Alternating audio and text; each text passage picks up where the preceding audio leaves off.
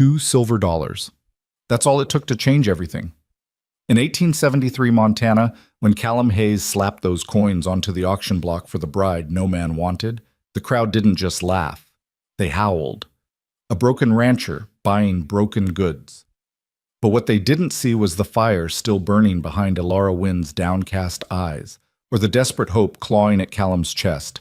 Sometimes salvation doesn't arrive on a white horse. Sometimes it comes dusty, unwanted, and worth exactly $2.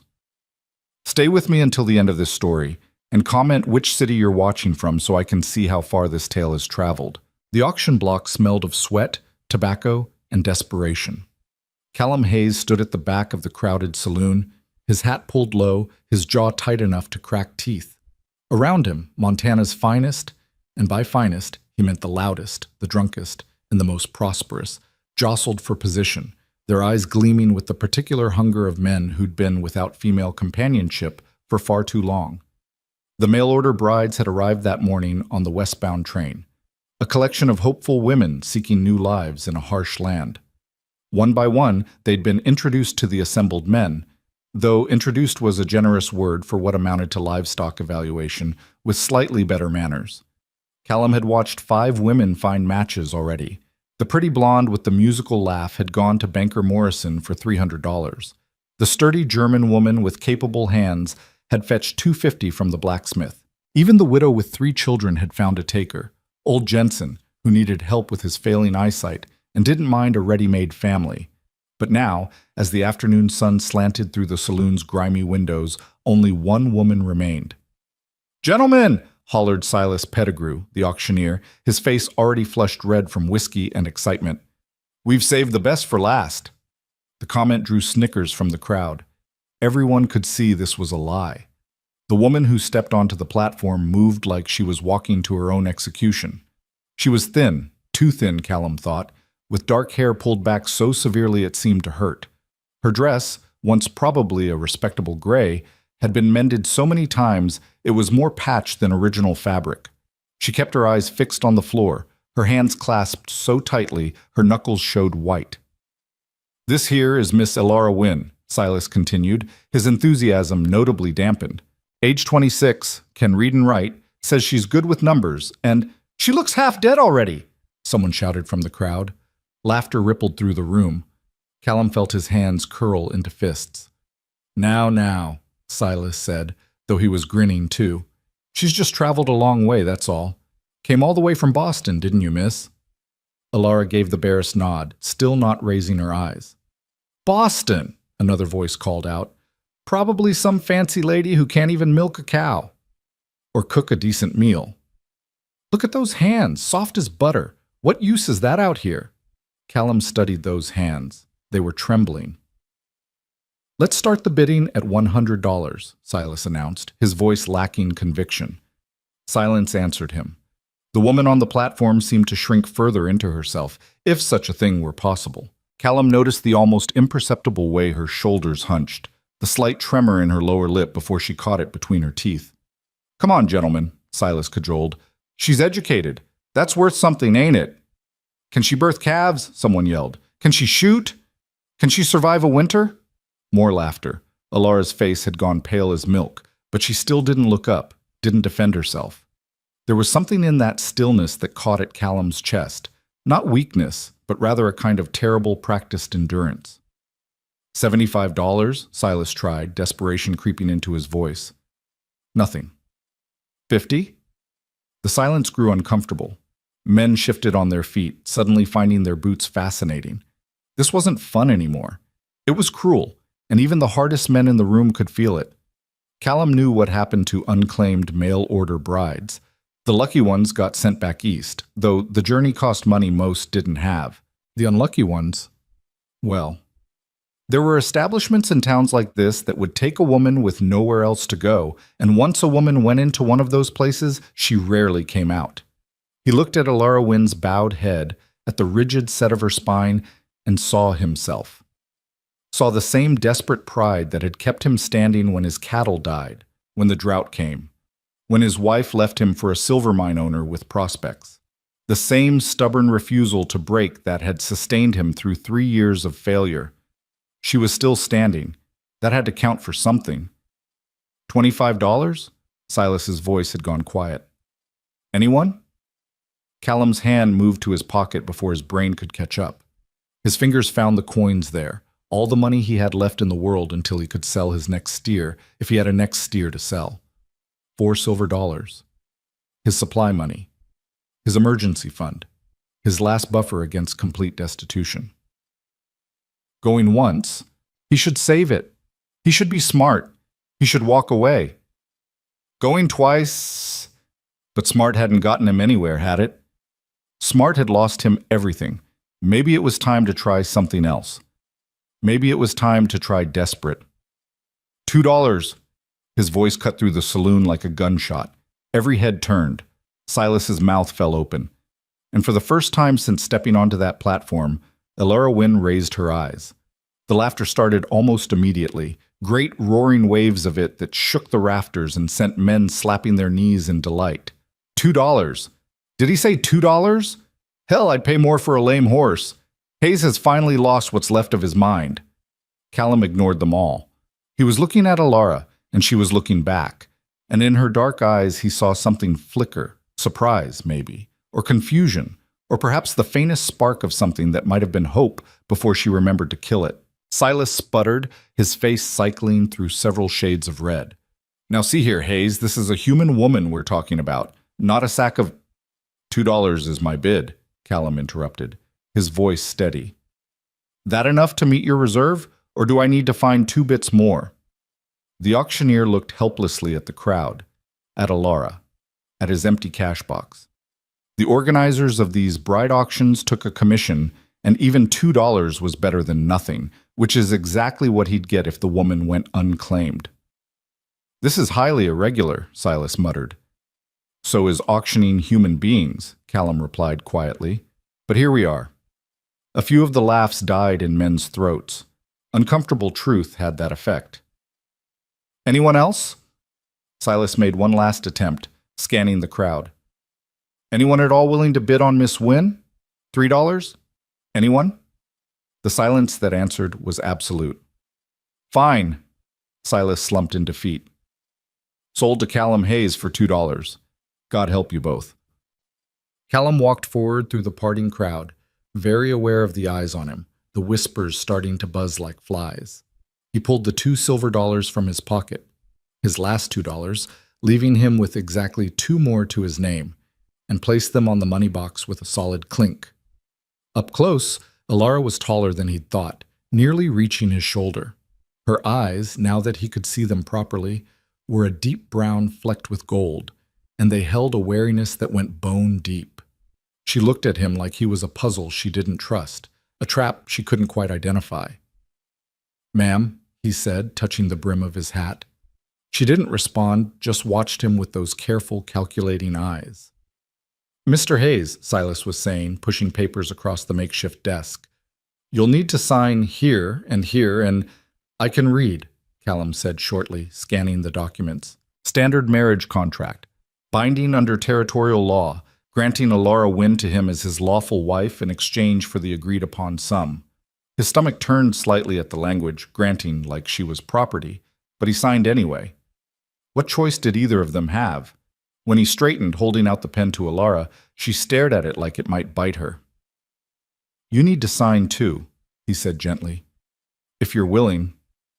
"Willing," she repeated, and her voice was rough from disuse but cultured, educated. Boston, he remembered. That's an interesting word for it. "You don't have to," he said, and meant it.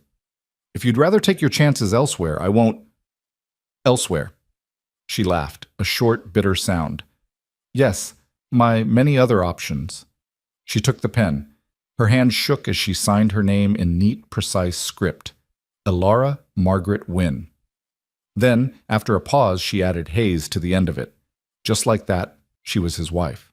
The crowd was already dispersing, losing interest now that the entertainment was over. Callum heard their comments anyway, the speculation about how long she'd last, the jokes about what $2 could buy these days, the mock sympathy for the poor bastard who'd just made the worst investment of his life. "Where's your belongings?" Callum asked. Alara gestured toward the corner where a single battered valise sat. That was it. Everything she owned in the world, apparently, fit in one small bag. He picked it up. It weighed almost nothing and nodded toward the door. My wagon's outside. She followed him in silence, moving with a careful precision that suggested every step hurt. How long had she been traveling? How long since she'd had a proper meal, a real bed? The Montana afternoon hit them like a wall of heat and light after the saloon's dimness. Callum's wagon, and that was a generous word for the rickety collection of wood and wheels he'd cobbled together, waited at the hitching post, his old mare Bess dozing in the traces. He helped Alara up onto the seat, noting how light she was when his hand circled her waist, how fragile her bones felt through the worn fabric of her dress. She settled herself with that same careful precision, arranging her skirts, folding her hands in her lap, staring straight ahead at nothing. Callum climbed up beside her and took the reins. Before he could signal Bess to move, a rider pulled up alongside them. Barrett Cole sat astride a magnificent black stallion, his expensive suit dusty from the road, but still marking him as the richest man in 3 counties. His smile was pleasant, but his eyes were cold as January. "Hayes," he said affably, "heard you made quite the purchase in there." "Mr. Cole," Callum's jaw tightened. $2. Cole shook his head in mock amazement. "Have to admire your economy. Was there something you wanted?" "Just wanted to remind you that my offer still stands. $500 for your land. That's more than fair, considering its current condition." "And I'll remind you that my answer still stands," Callum replied evenly. "Not for sale." Cole's smile didn't waver, but something mean flickered in his eyes. "Pride's an expensive luxury, Hayes, especially for a man who can only scrape together $2 for a wife." His gaze slid to Alara, dismissive and contemptuous. "Though I suppose you get what you pay for." Callum's hands tightened on the reins. Bess shifted nervously. "My land isn't for sale," he repeated, his voice low and dangerous. "Not now, not ever, not to you. We done here?" Cole studied him for a long moment, then shrugged. "For now. But winter's coming, Hayes. Man alone can't survive a Montana winter, especially not with a ranch falling apart around his ears." He tipped his hat with exaggerated courtesy. "Ma'am, welcome to Montana. Hope you survive it." He wheeled his horse and rode off, leaving a cloud of dust in his wake. Beside him, Callum felt Alara take a careful breath. "Friend of yours?" she asked dryly. Despite everything, he almost smiled. "Wouldn't say that." "What does he want with your land?" "Water rights. My property's got the only creek for miles that doesn't dry up in summer.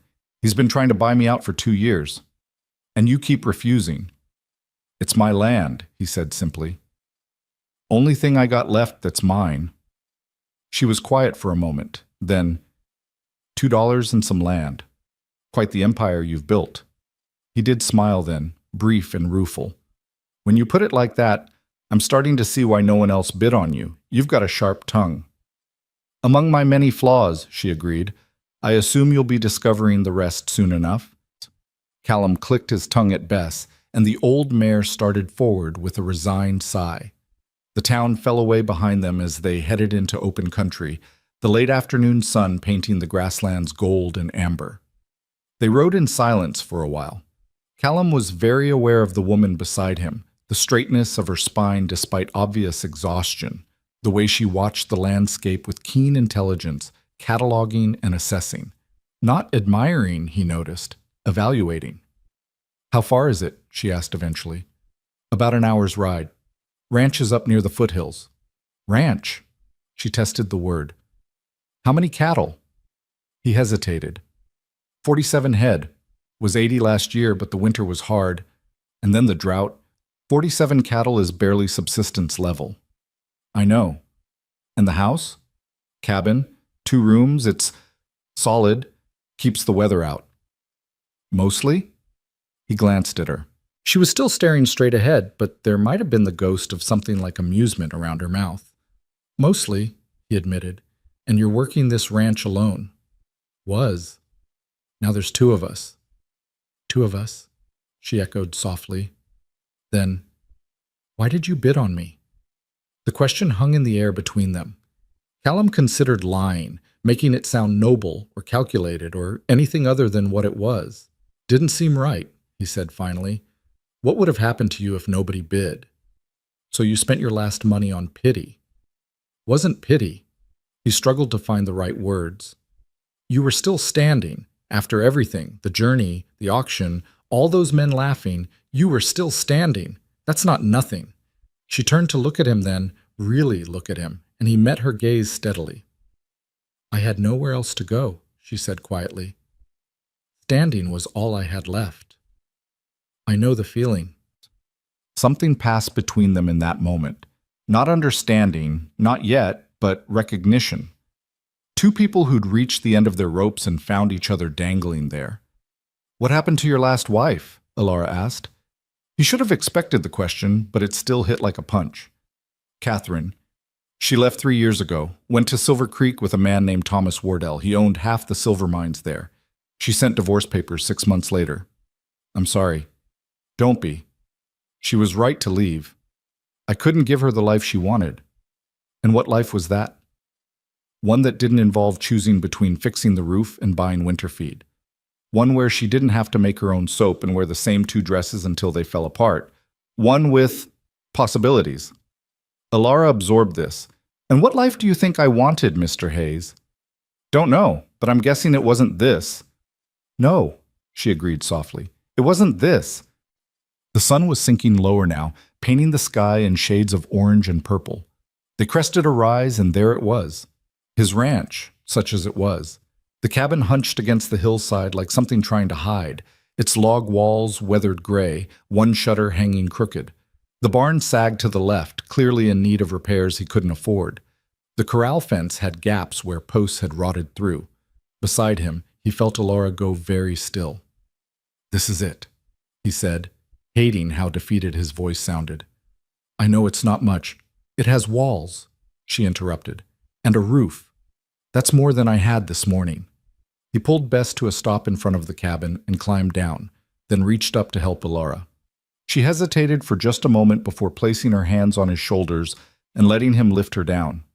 Up close, he could see the fine lines of exhaustion around her eyes, the way she swayed slightly on her feet. When did you last eat? He asked. She had to think about it. Yesterday morning, I think. The days have blurred together. Come on. He grabbed her valise and led her to the cabin door. Let's get some food in you. The interior of the cabin was dim and spare. One room served as kitchen, dining area, and living space, with a stone fireplace dominating one wall. A rough table with 2 chairs sat near the window. The bedroom door stood open, revealing a simple bed with a patchwork quilt. Alara stood in the middle of the main room, taking it all in with those assessing eyes. The bedroom's yours, Callum said, setting her valise down. I'll sleep out here. She turned to him sharply. This is your home. And you're my wife. Legally, anyway. You should have the bed. Mr. Hayes, Callum, he interrupted. If we're married, might as well use first names. Callum, she corrected herself. I don't expect you to give up your bed for me. This is a business arrangement. We both know what this is. What is it? The question seemed to catch her off guard. I needed a way to survive. You needed what? Help with the ranch? Someone to cook and clean? We made a practical arrangement. Is that what you think this is? Isn't it? She lifted her chin defiantly, but he could see the fear underneath, the fear of hoping for anything more and being disappointed. Callum moved to the fireplace and began building a fire, giving himself something to do with his hands. I think, he said carefully, that we both needed something we couldn't name. I think we're both running from things we don't talk about, and I think we just made a promise to each other in that saloon, whether we meant to or not. A promise, she repeated, to try, to not give up, to still be standing when winter comes. The kindling caught, and firelight began to fill the room. Callum stood and faced her. I won't lie to you, Alara. I don't have much to offer. This ranch is failing. I'm in debt. Barrett Cole's circling like a vulture, waiting for me to fall. And I spent my last $2 on a woman I don't know, for reasons I can't fully explain. He paused. But I'm still here, still fighting. And if you're willing to fight too, Then maybe we've got a chance. She studied him for a long moment, and he could see her working through it, calculating risks, weighing options, trying to decide if she could trust him even a little bit. Finally, she said, "I'll take the bedroom, but only because I'm exhausted and I'm fairly certain I'll collapse if I don't sit down soon. Tomorrow, we'll establish proper arrangements." "Fair enough." He heated some beans and salt pork, nothing fancy, but it was hot and filling. They ate in silence, Alara consuming her food with the careful efficiency of someone who'd gone hungry before. When she was done, she looked marginally more human, some color returning to her pale cheeks. "I should—" She gestured vaguely toward the bedroom. "Of course. There's water in the pitcher, extra blanket in the chest if you need it." She stood, swaying slightly, and Callum resisted the urge to steady her. She was already skittish as a colt. He wouldn't add to her discomfort. At the bedroom door, she paused and looked back. "Callum? Yeah? Thank you for the $2. Before he could respond, she closed the door softly behind her. Callum stood alone in the firelight, listening to the small sounds of her moving around the bedroom, the rustle of fabric, the creak of the bed, the long sigh that might have been relief or exhaustion or grief. He'd spent his last money on a woman who didn't trust him, for a ranch that was dying, in a fight he was probably going to lose. But for the first time in 3 years, the cabin didn't feel quite so empty. Outside, the Montana night settled in, vast and star-filled and full of possibilities, both terrible and wonderful, that neither of them could yet imagine. Dawn broke cold and gray over the Montana hills, painting the world in shades of silver and shadow. Callum woke on the floor near the fireplace, his back aching from the hard boards, and lay still for a moment listening to the silence. The cabin felt different somehow, occupied in a way it hadn't been for years. There was another person breathing behind that closed bedroom door, another heartbeat sharing this space with him. He rose quietly, built up the fire, and put coffee on to boil. The familiar motion steadied him, gave him something to do with the nervous energy thrumming through his veins. What did a man say to a wife he'd bought for $2? What did she expect from him? What did he expect from himself? The bedroom door opened as he was slicing bacon into the pan. Alara emerged looking somehow both better and worse than she had the night before. Better because she'd clearly slept, some of the exhaustion lifted from her features. Worse because the morning light was less forgiving than firelight, highlighting the hollows in her cheeks, the thinness of her wrists, the way her dress hung on a frame that had known hunger. "Morning," Callum said, keeping his voice neutral. "Good morning." She stood awkwardly in the doorway, clearly unsure of her place in this new world. "I should be doing that." "Doing what?" "Cooking. Isn't that part of the arrangement?" Callum flipped the bacon, considering his words.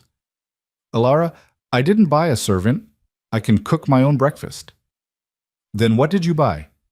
The question came out sharper than she probably intended, edged with frustration and confusion. He looked at her directly. "Honestly, I don't know yet, but how about we figure it out together instead of you assuming the worst of me right off?" She blinked, clearly taken aback. Then, slowly, some of the rigidity left her shoulders. "That's fair. I apologize." "No need. Coffee's ready if you want some." They ate breakfast in a silence that was less comfortable than cautious, two strangers learning to orbit each other. Callum watched her from the corner of his eye, noticing how she ate slowly now that she wasn't starving, how she held her coffee cup with both hands as if warming herself, how her gaze kept drifting to the window and the land beyond. "Tell me about the ranch," she said finally. "The real situation, not the version you gave those men in town." Callum set down his fork. "What do you want to know?" "Everything. If I'm going to be here, I should understand what we're dealing with." "We." The word hung in the air between them, small but significant. So he told her. About the drought 2 summers ago that had decimated his hay crop. About the brutal winter that followed, when he'd lost half his herd to cold and starvation. About the bank loan he'd taken out to buy feed, the loan that was coming due in 4 months with interest he couldn't pay. About Barrett Cole's relentless offers to buy him out, each one more insistent than the last. About the fence that needed mending, the barn that needed shoring up, the well that was running dry. 47 cattle, she said when he finished. How many do you need to break even? 70, minimum. More if I want to actually turn a profit. And to pay off the loan? Need to sell at least 30 head at good prices. But Cole controls the stockyard in town. He sets the prices, and he's made it clear mine won't be good. Ilara absorbed this, her fingers tapping against her coffee cup in a rhythm that suggested calculation. So you're trapped, can't make enough to pay the loan, can't sell your cattle for fair prices, can't afford to improve the ranch to increase your herd. That about sums it up. And Cole is waiting for you to fail so he can take the land for pennies. He'll get it when the bank forecloses. Probably already has an arrangement with them. Then we need more cattle and a different market. She said it simply, as if solving an impossible problem were merely a matter of logic. Callum almost laughed. Just like that? You said you wanted someone who wouldn't give up. Did you mean it, or was that just talk? The challenge in her voice sparked something in his chest. I meant it. Then show me the ranch, all of it. I need to see what we're working with. He studied her city dress, her soft leather shoes. It's rough country. You'll need different clothes. These are all I have. Catherine left some things in the chest in the bedroom. They might fit. Something flickered across her face, discomfort at wearing another woman's cast-offs, maybe, or pride wanting to refuse. But practicality won. I'll change. When she emerged 15 minutes later, Callum had to revise his assessment of her. Catherine's old work dress was too big in places and too small in others, but Ilara had cinched it with a belt and rolled the sleeves. She'd braided her hair into a single plait down her back and found an old hat somewhere. She looked less like a Boston lady and more like someone who might actually survive out here. Better, he said. Lower your expectations further and you might not be disappointed. But there was the faintest hint of humor in her voice. They spent the morning riding the property lines. Callum showed her the creek that ran through the heart of his land, still flowing despite the drought that had dried up the neighbors' water sources. He showed her the grazing pastures, the rough shelter where the cattle bunched during storms, the northern boundary where his land met Cole's vast holdings. Ilara asked questions constantly, her mind clearly working through problems he'd long since accepted as unsolvable. How deep was the creek? Could it support irrigation? What about the southern pasture that lay fallow? Why wasn't he using it? Had he considered breeding his own cattle instead of buying stock? You think like a businessman, he observed as they paused on a ridge overlooking the ranch. My father was a merchant in Boston. I kept his books from the time I was 12. She said it matter-of-factly, but Callum heard the past tense, the story she wasn't telling. What happened to him? He died. Debts I didn't know about came due. I lost the house, the shop, everything. Her jaw tightened. Turns out, I wasn't as clever with numbers as I thought. Or he hid things from you. She glanced at him sharply. Perhaps. Either way, I ended up with nothing and no prospects. A woman alone in Boston with no family and no money has limited options. I could work in a factory for wages that wouldn't cover rent. I could try to find work as a governess with no references, or I could answer an advertisement for mail-order brides. She shrugged. I chose the option that at least offered the possibility of a future, however uncertain. And instead you got me in a failing ranch. Yes. She met his eyes. But I also got land and space and a chance to build something. That's more than I had yesterday. They rode back in thoughtful silence. As they approached the barn, Callum noticed one of the herd cows standing apart from the others, her head down, sides heaving. That's not normal, Ilara said, her voice sharp with concern. No, it's not. Callum dismounted quickly, approaching the cow with slow, careful movements. Up close, he could see the problem, bloat, her stomach distended with trapped gas. If they didn't relieve it soon, she'd die. What's wrong with her? Ilara had dismounted too, standing close enough to help but far enough not to spook the animal. Bloat. She got into the fresh clover by the creek, probably. Ate too much too fast. He was already pulling out his knife, feeling along the cow's side for the right spot. I need to puncture the rumen to let the gas out. Will that kill her? Might, but she'll definitely die if I don't try. What can I do? He looked at her, this city woman in borrowed clothes, and made a decision. Hold her head. Talk to her. Keep her calm. To his surprise, Elara moved without hesitation, positioning herself at the cow's head, her hands gentle but firm as she stroked the animal's neck. "Easy, girl," she murmured. "We're trying to help you. Just stay still now." Callum made the cut quickly, precisely, and gas hissed out with immediate effect. The cow shuddered but didn't bolt, held steady by Elara's calm voice and steady hands. Within minutes, the animal's breathing eased, her sides no longer grotesquely swollen. "She'll be all right?" Elara asked, not letting go. "Should be. I'll need to watch her for infection, but she'll live." Elara finally stepped back, and Callum saw that her hands were shaking slightly, though her face remained composed. "In Boston, I never touched a cow in my life." "You did good." "I was terrified." "Didn't show." She looked down at her hands, now smeared with dirt and God knew what else. "I suppose I'm going to have to get used to being terrified without showing it." Over the following days, they fell into a rhythm that was part partnership, part careful dance. Elara proved herself stronger and more adaptable than Callum had dared hope. She took over the cooking and quickly demonstrated that she was better at it than he'd ever been, making their simple provisions stretch further with clever combinations and a light hand with seasonings he hadn't even known he had. But she didn't stop at cooking. She reorganized the cabin with ruthless efficiency, finding places for things that had been scattered, creating order from chaos. She mended his torn shirts with neat, precise stitches. She swept and scrubbed until the cabin actually felt like a home instead of just a place to sleep. And then she asked for the ranch accounts. "The what?" Callum looked up from the harness he was mending. "Your financial records. Ledgers, receipts, loan documents, whatever you have." "There's not much to look at. I know what I owe."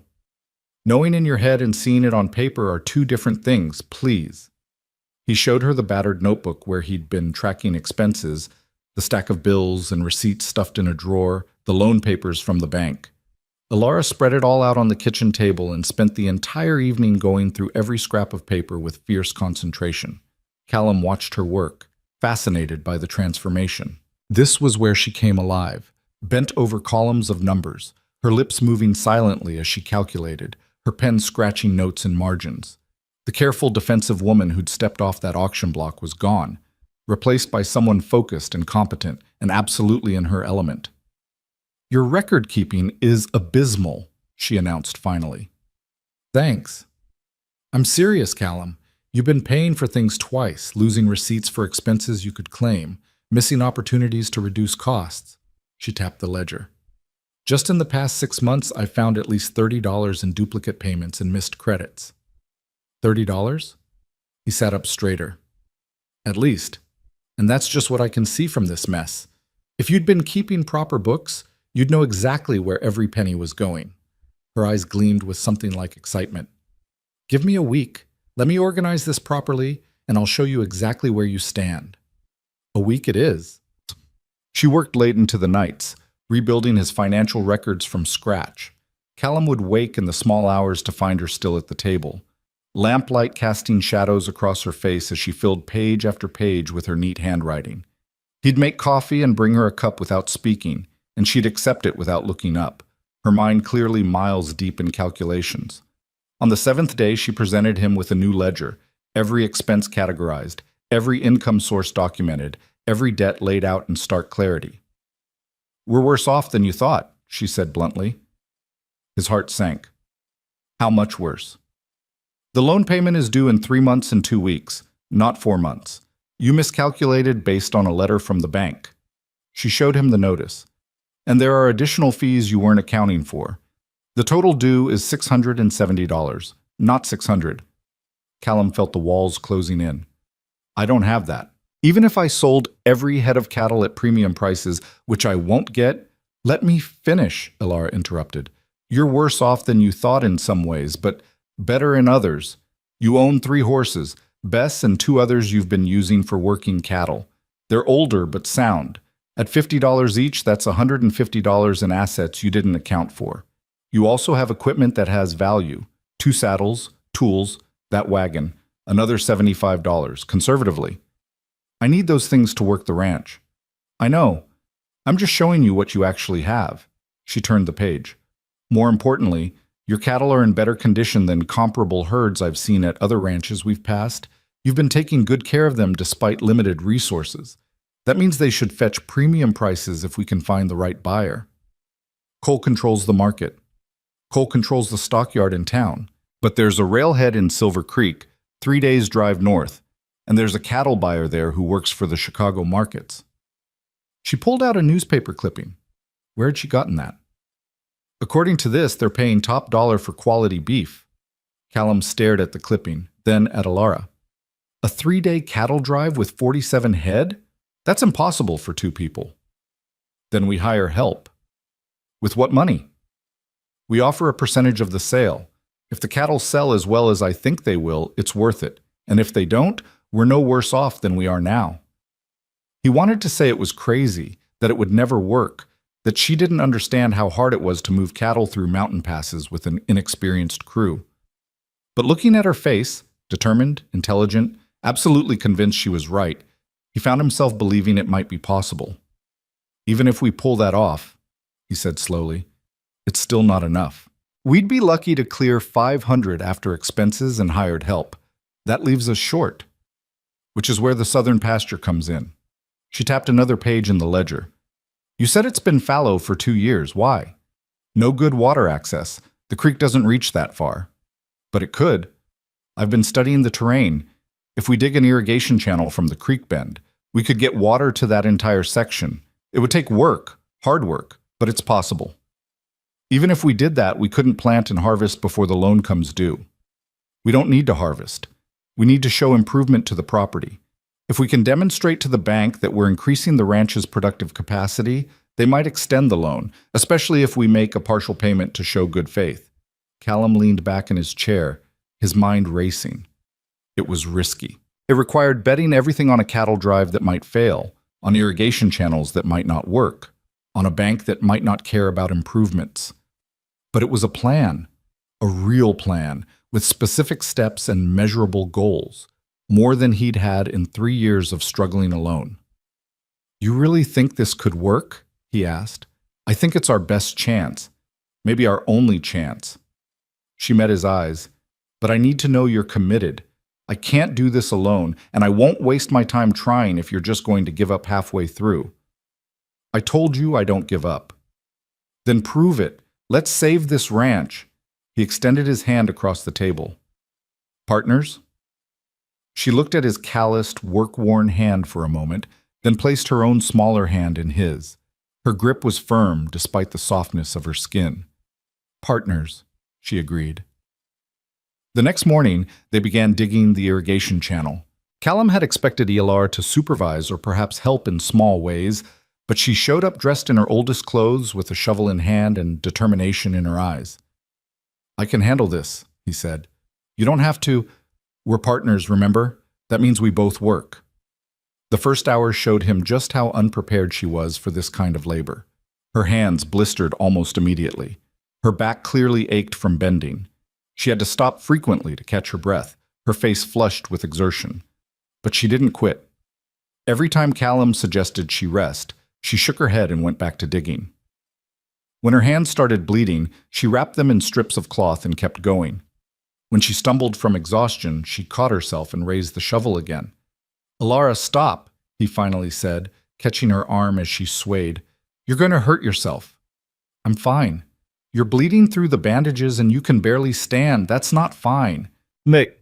She jerked her arm free, her eyes blazing. Don't tell me I can't do this. I'm not saying you can't. I'm saying you don't have to destroy yourself to prove something. I'm not trying to prove something, she snapped. Then quieter. Yes, I am. I'm trying to prove I'm not useless out here, that I'm worth more than $2. The words hit him like a physical blow. Is that what you think? That I see you as worth only $2? Isn't that what I cost you? Callum set down his shovel and turned to face her fully. That $2 was all I had. It was every bit of money I possessed in the world. I didn't spend it because you were cheap. I spent it because I had nothing more to give, and you were worth giving everything for. She stared at him, her breath coming fast, dirt smudged across her face, hands wrapped in bloody cloth. You were standing alone on that platform, he continued, facing the worst moment of your life, and you didn't break. You didn't cry or beg or make yourself smaller to please those bastards. You stood there with your head up and your dignity intact, and I thought, there's someone who knows how to fight, someone who won't quit when things get hard. He paused. I spent my last $2 hoping some of that strength might rub off on me. Ilara's eyes glistened, but she blinked the moisture away. I was terrified. I am terrified. Every moment of every day, I'm afraid I'll fail and prove that everyone who laughed at me was right. Then we're both terrified. We'll just have to be scared together. A sound escaped her that might have been a laugh or a sob. Then she was sitting down hard in the dirt, her shoulders shaking, and Callum realized she was crying. Really crying, probably for the first time since she'd arrived. He sat down beside her, not touching, just present, and let her cry herself out. When the storm finally passed, she wiped her face with the back of her hand, leaving more dirt streaks. I've ruined your first impression of me. I don't recall asking for perfection. No, you just asked for someone who wouldn't give up. She looked at her bloody, blistered hands, though my hands might give up before I do. Come on.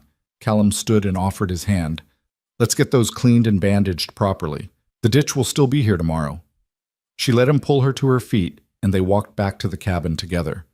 He heated water, and she sat at the table while he carefully unwrapped her hands, cleaned the wounds, and applied the salve he kept for rope burns and blisters. You did this before, she said quietly. Took care of someone. My wife. My ex-wife. She wasn't built for ranch work either. First few months, her hands looked like this every night. He wound clean bandages around her palms. She tried. I'll give her that. But she hated it. Hated the isolation. Hated the work. Hated what it did to her. He tied off the bandage. Eventually she hated me for bringing her here. I don't hate you, Ilara said. You might. Give it time. No. She flexed her bandaged hands experimentally. I might hate the work. I might hate the blisters and the dirt and the sheer physical exhaustion of it all, but I won't hate you for offering me a chance to be something more than desperate. Their eyes met, and something passed between them. Understanding, maybe, or the beginning of trust. Over the following weeks, they settled into a new rhythm. They worked the irrigation channel for a few hours each morning before the heat became unbearable. Ilara's hands gradually toughened, the blisters becoming calluses, her soft merchant's daughter hands transforming into something more resilient. In the afternoons, Callum taught her to ride properly. Not the side saddle pretense she'd learned in Boston, but real riding for working cattle. She took to it with the same fierce determination she brought to everything, falling off half a dozen times before finally staying in the saddle through a gallop. You're a natural, he told her, after she successfully cut a stray cow from the herd. I'm covered in bruises, and my backside has declared war on the rest of my body, she countered. But thank you. In the evenings after supper, they would sit at the table and discuss strategy. Ilara had somehow acquired more newspapers and was tracking cattle prices, weather patterns, anything that might affect their plans. She'd also been asking questions in town during their weekly supply runs, gathering information about who might be willing to work a cattle drive, what the routes north were like, whether anyone else had tried to bypass Cole's stockyard. You're good at this, Callum observed one night.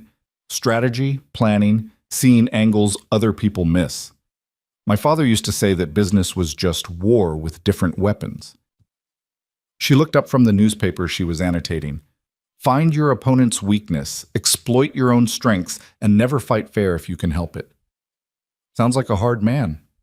He was, but he was also kind in his way. He taught me to think, to question, to never accept limitations just because someone said they existed. Her expression softened. I miss him. Tell me about him. So she did, and in the telling, Callum began to understand the woman he'd married. The merchant's daughter who'd learned to read ledgers before she could read novels. The girl who'd wanted to go to college but couldn't because women weren't admitted. The young woman who'd watched her father's business crumble under debts he'd hidden from her, trying to protect her from worry. He died thinking he'd failed me, she said quietly, left me nothing but debts, and a lesson in how even clever people can be ruined by pride. He didn't fail you, Callum said. Look at what you're doing here. Look at how you're fighting. He taught you that. She smiled, small and sad. Perhaps. Or perhaps I'm just stubborn. Nothing wrong with stubborn. As they talked late into the night, Callum realized he was telling her things too, about growing up on a ranch in Wyoming, about losing his parents to fever when he was 19, about building this place from nothing and watching it slowly slip away despite everything he did, about Catherine and the slow death of their marriage, the way hope could drain out of a relationship like water from a cracked bucket. "Do you still love her?" Alara asked. He considered the question honestly. "No, I did once, desperately, but you can't love someone who sees you as an anchor dragging her down. After a while, you just let go." That's the saddest thing I've ever heard. Sometimes sad is just realistic. She was quiet for a moment, then, "Callum, thank you for talking to me like a person, like someone whose thoughts matter. Why wouldn't I? You'd be surprised how many people don't. Women are supposed to be decorative and agreeable, not opinionated and strategic. Then they're idiots missing out on the best parts." Her smile this time was genuine, reaching her eyes. "You're a strange man, Callum Hayes." "I'll take that as a compliment." It was meant as one. Something had shifted between them during those evening conversations, a crack in the walls they'd both built, a tentative reaching toward something that might become friendship, or even more. They were still careful with each other, still learning, but the sharp edges of their initial wariness had begun to soften. 6 weeks after Alara's arrival, Barrett Cole rode up to the cabin. Callum saw him coming and felt his jaw tighten, but Alara's hand on his arm stopped him from reaching for the rifle. "Let's hear what he wants," she said quietly. "Information is power." Cole dismounted with the easy confidence of a man who owned most of what he surveyed. He nodded to Callum, then let his gaze slide to Alara with barely concealed contempt. "Hayes. Mrs. Hayes." His tone suggested the title was barely worth speaking. "Wanted to check on how you two were settling in." "We're fine," Callum said shortly. "That's so." Cole's eyes traveled over the property, taking in the half-dug irrigation channel, the mended fences, the tidied cabin yard. "Looks like you've been making improvements. Just maintaining what's mine." Cole pulled a cigar from his pocket, lit it with deliberate slowness. "Heard you've been asking around town about cattle drives, about buyers in Silver Creek." Callum felt his stomach clench but kept his face neutral. "Heard a lot of things. Doesn't make them true." "See? That's what concerns me." Cole exhaled smoke. "Man in your position, loans coming due, ranch barely scraping by, starts making ambitious plans. Well, sometimes ambition leads to poor decisions. My decisions are my own business. Not when they affect my interests." The pleasant facade dropped, revealing the steel underneath. "You move cattle through my territory to sell at another market. You're undermining the whole system we've got here. Can't have that. Last I checked, you don't own the mountain passes." "No, but I own most of the land you'd need to cross. And I have friends at the bank, friends who might have opinions about extending loans to troublemakers." Alara spoke for the first time, her voice cool and measured. "Mr. Cole, are you threatening us?" Cole's gaze swung to her, and Callum saw the calculation in his eyes, assessing, dismissing, deciding she wasn't worth worrying about. Big mistake, Callum thought. "Just offering friendly advice, Mrs. Hayes. Your husband's got debts he can't pay. Smart move would be to sell while he's still got options, take my generous offer, start fresh somewhere else." "And if we don't consider that smart," Alara asked, "then you'll learn the hard way that pride makes a cold bedfellow come winter." Cole dropped his cigar and ground it under his boot heel. "Offers on the table until the end of the month. After that, I'll just wait for the bank to foreclose and buy at auction for half the price." He mounted his horse and rode off, leaving a silence heavy with threat. "He knows our plans," Alara said quietly. "Someone in town must have talked. Which means he'll try to stop us, block our route, undermine the sale somehow, maybe even sabotage the drive itself." Callum felt the familiar weight of defeat pressing on his shoulders. "Maybe we should—" "Don't!" Alara turned to him fiercely. "Don't you dare say we should give up. He wants us to be afraid, wants us to fold. That's how men like him win. They make you defeat yourself so they don't have to risk anything." "Alara, he has resources we don't. Power, we can't match. He has power in town where he controls the structures, but we're not playing by town rules anymore. Her eyes blazed with something between fury and exhilaration. We're going around him, outside his sphere of influence, and that terrifies him, or he wouldn't have come here to threaten us. Looking at her, dirt-stained dress, calloused hands, chin lifted in defiance, Callum felt something catch fire in his chest. Hope, dangerous and irresistible. You really believe we can beat him? I believe we can try, and sometimes that's the same thing. He found himself smiling. You know what? You're right. Let him do his worst. We're doing this. We're doing this, she echoed, and sealed it with a firm handshake that had become their way of marking decisions. That night, they revised their plans, anticipating Cole's interference, building in contingencies and alternatives. They worked until the lamp oil ran low and their eyes burned with exhaustion, but when they finally stopped, they had something solid, a plan they both believed in. As Callum banked the fire for the night, Ilara paused at the bedroom door. Callum? Yeah? I'm glad it was you at the auction. I'm glad it was your $2 and not someone else's.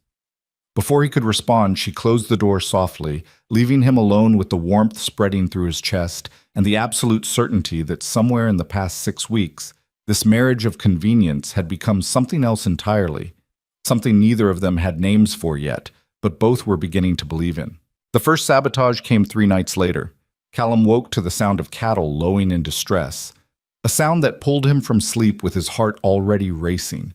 He was on his feet and reaching for his boots before his eyes were fully open, years of ranching instinct overriding conscious thought. What is it? Ilar's voice came from the bedroom doorway, alert despite the hour. Cattle. Something's wrong. He grabbed his rifle from above the door. Stay inside. Like hell. She was already pulling on her boots, Catherine's old work coat over her nightgown. If someone's after our herd, I'm not hiding while you face them alone. There wasn't time to argue. Callum lit a lantern and they rushed out into the cold October night, their breath misting in the air. The moon was nearly full, casting everything in silver and shadow, and what they saw made Callum's blood run cold. The corral gate stood wide open, not broken, not damaged, opened, the latch deliberately lifted, and the cattle were scattering into the darkness, 47 head spreading out across the rangeland where it would take days to round them up again, if they could be rounded up at all. Some were already disappearing into the tree line, and come morning the mountain lions and bears would be waiting. Go left, I'll go right, Callum said, already moving. Just turn them, push them back toward the corral. Don't try to do more than that. They split up, and for the next 2 hours they worked in desperate synchronization, riding through the darkness to head off fleeing cattle, using voice and presence to slowly, painfully herd them back toward home. Ilara rode like she'd been born to it, her earlier awkwardness burned away by necessity and adrenaline. She didn't hesitate, didn't falter, just drove the cattle with a fierce determination that matched his own. By the time the sun rose, painting the sky in shades of pink and gold, they'd recovered 42 head. 5 were missing, vanished into the wilderness. Callum stood by the corral, now secured with a new rope lashing the gate closed, and felt rage and exhaustion warring in his chest. Ilara dismounted beside him, her face pale with fatigue, her hand shaking slightly as she looped the reins over the fence post. Cole, she said flatly. Has to be. Nobody else benefits from us losing cattle. Can we prove it? No, and even if we could, he owns half the law in 3 counties. Callum kicked at the dirt. 5 head, that's nearly $200 lost, and we can't afford to lose a single one. Ilara was quiet for a moment, staring at the cattle as they settled nervously in the corral. Then she said, We move up the timeline. What? The cattle drive. We were planning to wait another 3 weeks to let them fatten up more. But if Cole's going to sabotage us, we can't give him time. We drive them to Silver Creek now before he can do more damage. We're not ready. We haven't hired help. Then we go alone. Callum stared at her. Ilara, a 3-day drive through mountain passes with just the 2 of us? That's insane. We'd lose half the herd, maybe more. And if we wait, Cole picks us apart piece by piece until we've got nothing left to drive anywhere. She turned to face him fully, and he saw the steel in her eyes that he'd first glimpsed on that auction platform. He's trying to break us before we can even fight back. We can't let him. There has to be another way. Show me one, and I'll take it. He couldn't. God help him, he couldn't think of a single alternative that didn't end with them losing everything. Even if we make it to Silver Creek, he said slowly, even if we sell every head at premium prices, we're still short. We lost 5 cattle. That's 5 we can't sell. Then we make it up elsewhere. We sell something else, we borrow, we find a way. Alara's voice was fierce. But we don't quit. We didn't come this far to quit now. Looking at her, exhausted, dirt-streaked, absolutely unbending, Callum felt something shift in his chest. This woman who'd cost him $2 had become the strongest ally he'd ever known, and somewhere along the way she'd stopped being just his wife on paper and started being his partner in truth. All right, he said, we drive them ourselves, but we do it smart. We plan every mile, every rest stop, every contingency. No mistakes. No mistakes, she agreed. They spent the rest of that day preparing. Callum checked every piece of equipment twice, repaired tack, shod the horses. Alara packed supplies with ruthless efficiency, calculating exactly what they'd need for 3 days on the trail and not an ounce more. She also spent an hour writing letters, to the bank, to the cattle buyer in Silver Creek, to the land office, explaining their plans and establishing a paper trail. If something happens to us, she explained when Callum questioned it, there's a record of what we were trying to do and who might have wanted to stop us. Cheerful thought, practical thought. Cole's powerful, but he's not immune to scrutiny if there's documentation. That night, as they made final preparations, someone knocked on the cabin door. Callum answered with his hand on his rifle, but it was only old Miguel Santos, who ran a small ranch on the other side of the valley. Don Miguel? Callum said, surprised. What brings you out at this hour? Heard you had trouble last night. Miguel's weathered face was grave. Heard your cattle got scattered. Word travels fast. In a small town, trouble travels faster. Miguel glanced past Callum to where Alara stood by the fire. Came to offer help, if you want it. My nephew Carlos, he's good with cattle. Could ride with you, help manage the herd. Callum exchanged a glance with Alara.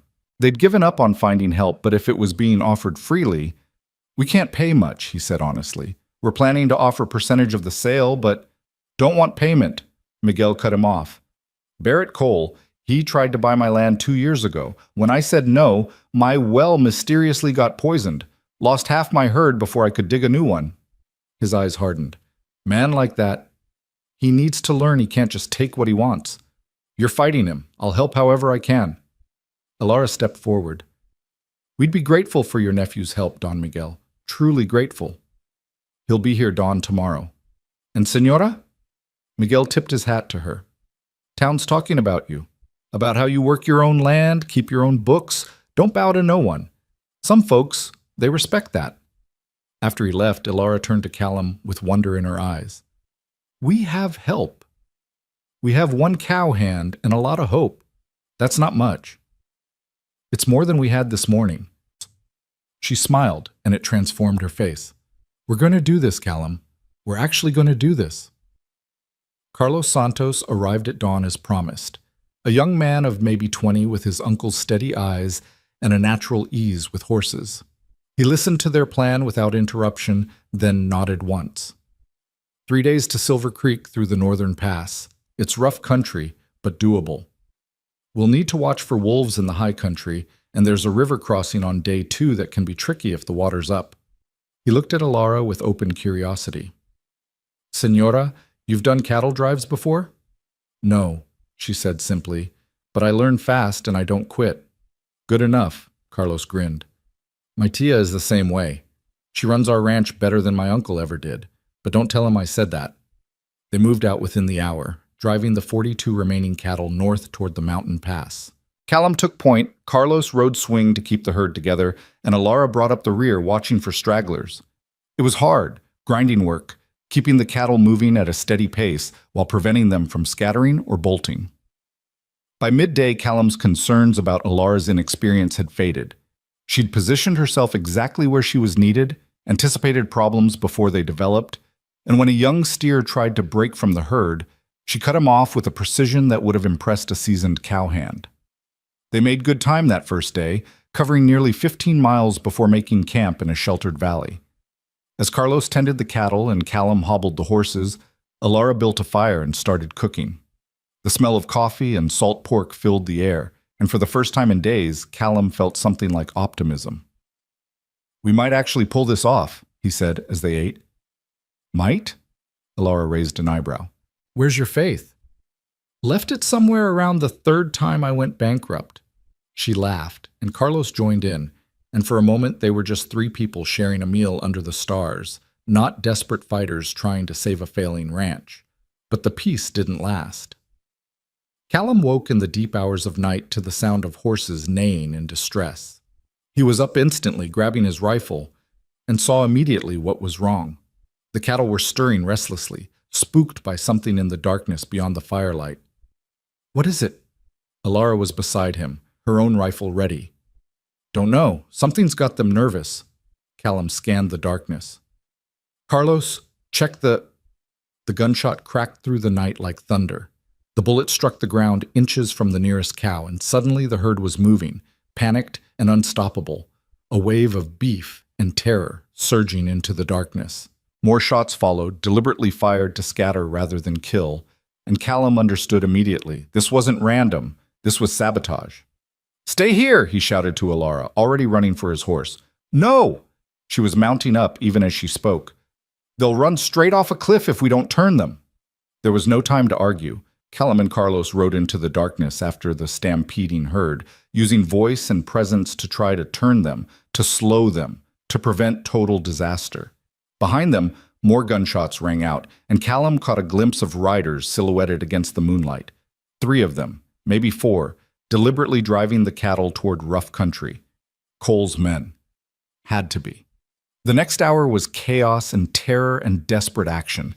Somehow, through skill and sheer stubborn will, they managed to turn the herd before they reached the cliff line Carlos had warned about. Slowly, painfully, they gathered the scattered cattle and drove them back toward camp, counting heads in the darkness and praying the count would be close to what they'd started with. By the time the sun rose, they'd recovered 38 head. 4 more were missing, and 1 lay dead with a broken leg from the stampede. 37 cattle left. They'd started with 47 and lost 10 in less than 2 days. Callum stood looking at the dead steer and felt the weight of failure crushing down on him.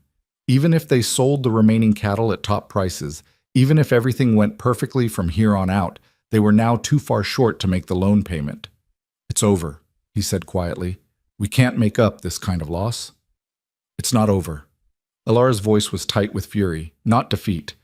"We sell these 37, we make what we can, and then we figure out the rest." "There is no rest, Alara.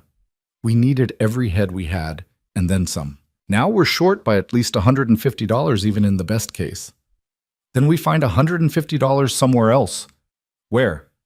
He turned to her, his own anger rising. "Tell me where, because I've looked everywhere and there's nothing left to sell, nothing left to leverage, nothing." "Then we sell the land." The words hung in the air like a curse. "What?" Callum's voice was barely a whisper. "We sell a portion of the land to raise the rest. The southern pasture, maybe, or..." "No." The word came out flat and absolute. "That land is all I have. All I am. I won't sell it.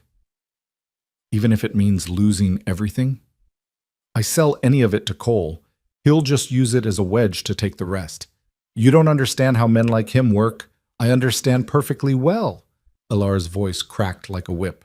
"I watched my father lose everything because he was too proud to compromise, too stubborn to see that holding on to his principles meant losing what he was trying to protect. This isn't the same. It's exactly the same. You're so busy holding on to what you have that you can't see when letting go of a piece might save the whole." They stood facing each other across the dead steer, both breathing hard, both furious and terrified and pushed to their breaking points. Carlos cleared his throat awkwardly. "Señor, Señora, the herd is settled. I can watch them if you two need to talk." "We're done talking," Callum said shortly. He turned and walked away, needing distance, needing space to think without Alara's eyes on him challenging every decision. He'd lost too much already. His parents, his first attempt at ranching, his marriage, nearly all his cattle, his savings, his pride. The land was all he had left that was truly his. the one thing he'd built from nothing that no one had given him or taken away. The thought of selling even an acre felt like cutting off a piece of his soul. But as he stood at the edge of the camp watching the sun paint the mountains gold, he heard Alara's words echoing in his mind, holding on to principles while losing everything worth protecting. Too proud to compromise. His father's voice, too, from years ago. Land is just dirt, son.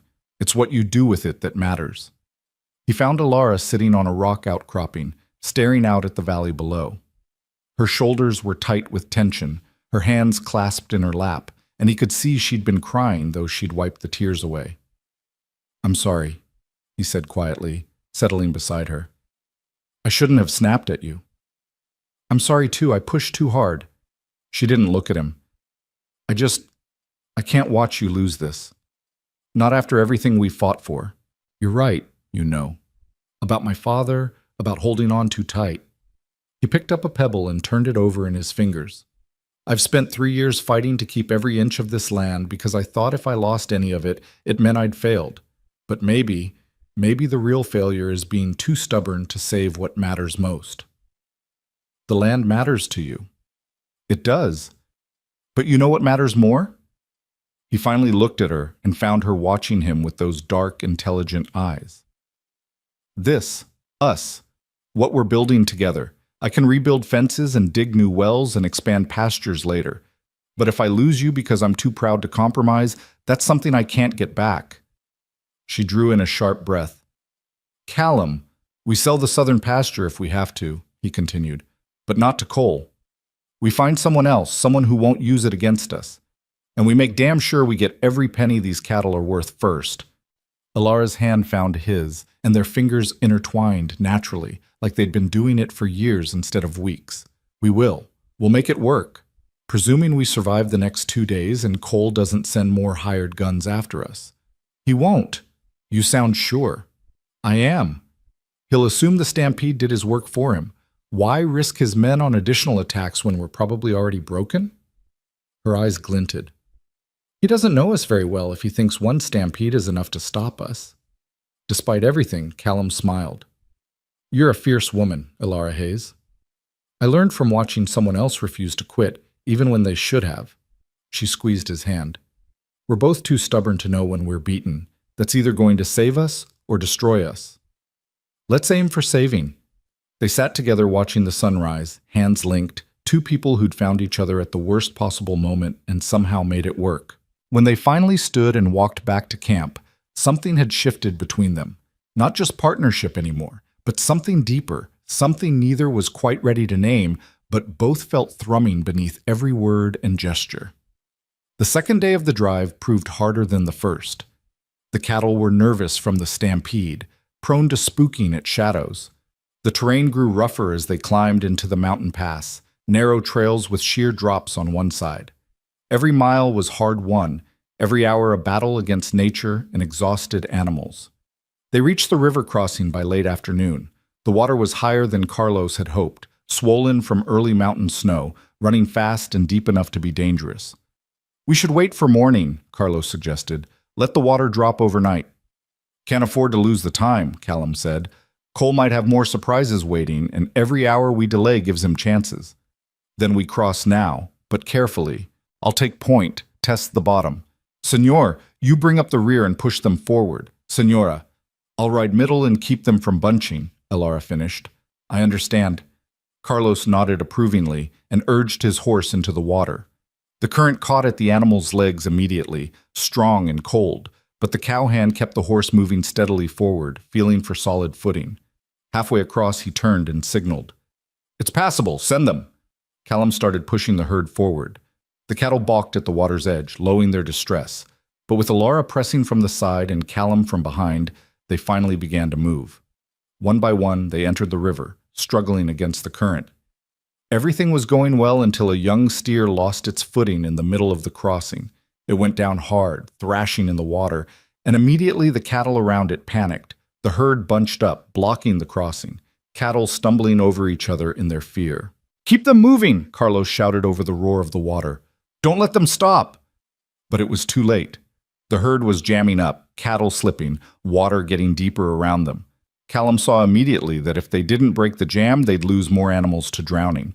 He didn't think, just acted, riding directly into the mass of cattle and using his horse to physically push them apart, to create channels for the water to flow through, to force them to keep moving forward. It was dangerous. One wrong step and his horse could go down, and a man in that current with panicked cattle all around would be crushed in seconds. But then Alara was beside him, her horse shouldering into the jam from the other side, and together they broke the blockage.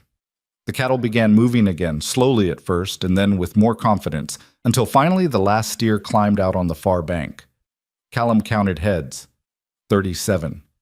They hadn't lost a single one. On the far bank, soaked to the skin and shaking with adrenaline and cold, Alara started laughing.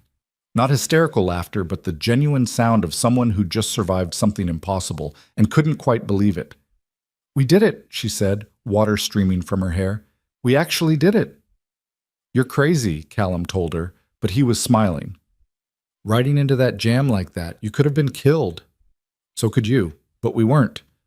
She looked at him, and her eyes were bright with something more than just triumph. "We're going to make it, Callum. All the way to Silver Creek, all the way to saving the ranch. We're going to make it."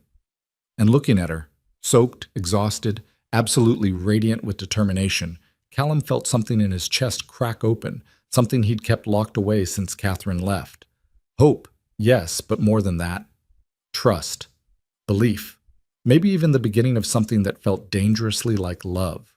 They made camp that night in a sheltered glen, building a large fire to dry their clothes and warm their bones. The cattle settled easily, exhausted from the crossing, and Carlos took first watch while Callum and Alara sat close to the flames. "Tell me something," Alara said quietly. "When you bid those $2, what did you think would happen?" "Honestly, I thought I'd bring you home, you'd realize what a mess you'd gotten into, and you'd leave at the first opportunity. And now? Now I think I got the best bargain of my life," he said simply. $2 for a partner who's braver and stronger than anyone I've ever known. She turned to look at him, and firelight danced in her eyes. "I wasn't brave. I was terrified." "Being brave doesn't mean not being scared. It means being scared and doing it anyway." He paused. "Like riding into that river jam today." "Like spending your last money on a stranger," she countered. They sat in silence for a moment, the fire crackling between them. "Callum?" Alara's voice was soft. "What happens when we get back? After we sell the cattle? After we save the ranch?" "What do you mean?" "I mean, what are we? Really? We married out of desperation, but somewhere along the way it became something else, or am I imagining that?" He turned to face her fully. "You're not imagining it. Then what is it?" "I don't know," he admitted, "but I'd like to find out. If you're willing." For answer, she leaned forward and kissed him. It wasn't like kisses in dime novels, passionate and desperate. It was careful and questioning, an exploration rather than a declaration. Her lips were soft against his, tasting of coffee and smoke, and when she pulled back, her eyes held both wonder and fear. "I'm willing," she whispered. Callum cupped her face in his hands, feeling the delicate bones beneath calloused skin. "I never thanked you properly. For believing in the ranch when I'd stopped believing. For fighting beside me. For being exactly what I needed when I didn't know what I needed. You gave me a chance when no one else would. You treated me like a person, not property. You let me be strong when the world kept telling me to be small." She covered his hands with hers. "I think we saved each other." "Yeah," he agreed. "I think maybe we did." They kissed again, longer this time, and when they finally pulled apart, the fear in Alara's eyes had been replaced by something warmer, something that looked like home. The third day dawned clear and cold, frost covering the ground in white crystal. They broke camp early and pushed the herd hard, knowing Silver Creek was only hours away. The cattle sensed the end of the journey and moved with less resistance, and by early afternoon they could see the town in the distance, its buildings clustered around the railroad depot. "Almost there," Carlos said, grinning. "And we didn't lose a single head today. That's good luck." "Don't jinx it," Alara warned, but she was smiling too. They drove the cattle into the stockyard on the outskirts of town, where a man in a suit was already waiting, William Ashford, the buyer Alara had corresponded with. He walked through the herd with a practiced eye, examining teeth, checking hooves, running his hands over flanks. Good stock, he said finally. Healthy, well-maintained despite obvious hardship. You've taken good care of these animals. We did our best, Callum said, trying to keep the desperation out of his voice. Ashford pulled out a notebook and did some calculations. I can offer you $22 a head for the lot. That's $814 total. Callum's heart sank. It was a fair price, even a good price, but it still left them short of what they needed. But Alara stepped forward. Mr. Ashford, these cattle were driven through a stampede and a mountain pass across a swollen river, and they arrived in better condition than most herds that travel half the distance. That speaks to their quality and hardiness. They're worth more than $22, and we both know it. Ashford studied her with new respect. What did you have in mind, Mrs. Hayes? $25 a head. That's $925 total, which is still a bargain for stock this good that will ship to Chicago without losses. 23, Ashford countered. 24, and we throw in advice on the best route to get them to the railhead without stress. Ashford laughed. You drive a hard bargain, ma'am. He extended his hand. 24 it is. $888. Alara shook his hand firmly. Pleasure doing business with you. As Ashford went to prepare the bank draft, Callum turned to Alara in amazement. How did you do that? I learned from the best negotiator in Boston, she said simply. My father always said the first price is never the real price. $888. Combined with the money they'd saved and the equipment they could sell, they might, just might, have enough to make the loan payment and still have something left to rebuild with. They spent that night in Silver Creek's only boarding house, Carlos in one room and Callum and Alara sharing another for the first time. There were 2 beds in the room, but by unspoken agreement they chose only one, lying together in the darkness, Alara's head on Callum's shoulder, his arm around her waist. We did it, she whispered. We actually did it. We're not safe yet. We still have to get the money to the bank, still have to convince them to extend the loan for the rest. We will. But for tonight, can we just be proud of what we accomplished? Callum pressed a kiss to her hair. Yeah, for tonight, we can do that. Outside, snow began to fall, the first real snow of winter, and somewhere in the distance a wolf howled. But inside, wrapped in each other's warmth, 2 people who'd started as strangers held each other close and dreamed of the future they were building together, one hard-fought dollar at a time. The journey back to the ranch took 2 days instead of 3, and every mile felt different now, lighter somehow despite the autumn cold settling deeper into the mountains and the ever-present awareness that their fight wasn't over yet. Callum rode beside Alara, their horses walking in easy companionship, and found himself stealing glances at her profile. The determined set of her jaw, the way her eyes constantly scanned the horizon, always thinking, always planning. You're staring, she said without looking at him, just appreciating what $2 can buy. She did turn then, one eyebrow raised. You're never going to let me forget that, are you? Never. It's the best investment I ever made. He paused. Though I'm thinking of renegotiating the terms.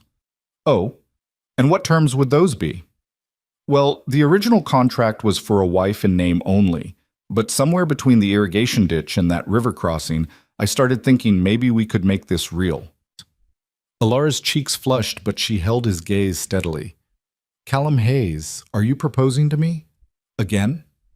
I'm saying that the first time we married out of necessity. This time I'd like to marry because we want to, because what we've built together is worth keeping. He reached across the space between their horses and took her hand. I love you, Alara. Don't know when it happened exactly, but somewhere between your sharp tongue and your stubborn refusal to quit, you became everything to me. Her eyes glistened with unshed tears. I love you too. I think I started falling for you the moment you spent your last money on a stranger and called it hope. She squeezed his hand. Yes, to all of it. To making this real, to choosing each other freely this time. Carlos, riding ahead, turned in his saddle and grinned. About time you 2 figured that out. My tío said you were in love the day we started the drive, but I told him you were both too stubborn to admit it yet. Your tío is a wise man, Callum said, not taking his eyes off Alara. He is. He also said to tell you that when you're ready, half the valley will come to help with whatever you need. Barrett Cole? He's made a lot of enemies. People are just waiting for someone to stand up to him successfully. Carlos's expression turned serious. You did that. You went around him, proved he doesn't control everything. That means something. They reached the ranch at dusk the second day, and Callum felt his chest tighten as the familiar shape of the cabin came into view. Home. It had been just a building when he'd brought Ilara here, a shelter and nothing more. But now, with smoke curling from the chimney that she'd insisted on cleaning properly, with the garden plot she'd started even though it was too late in the season, with her presence woven into every corner, now it was truly home. Tomorrow we go to the bank, Ilara said as they dismounted. We present the money, we show them the improvements we've made, and we negotiate an extension on the rest. And if they won't extend? Then we sell the southern pasture to Miguel Santos. He offered, remember? Said he'd pay fair price and we could buy it back when we're solvent. She touched his face gently. Whatever happens, we face it together.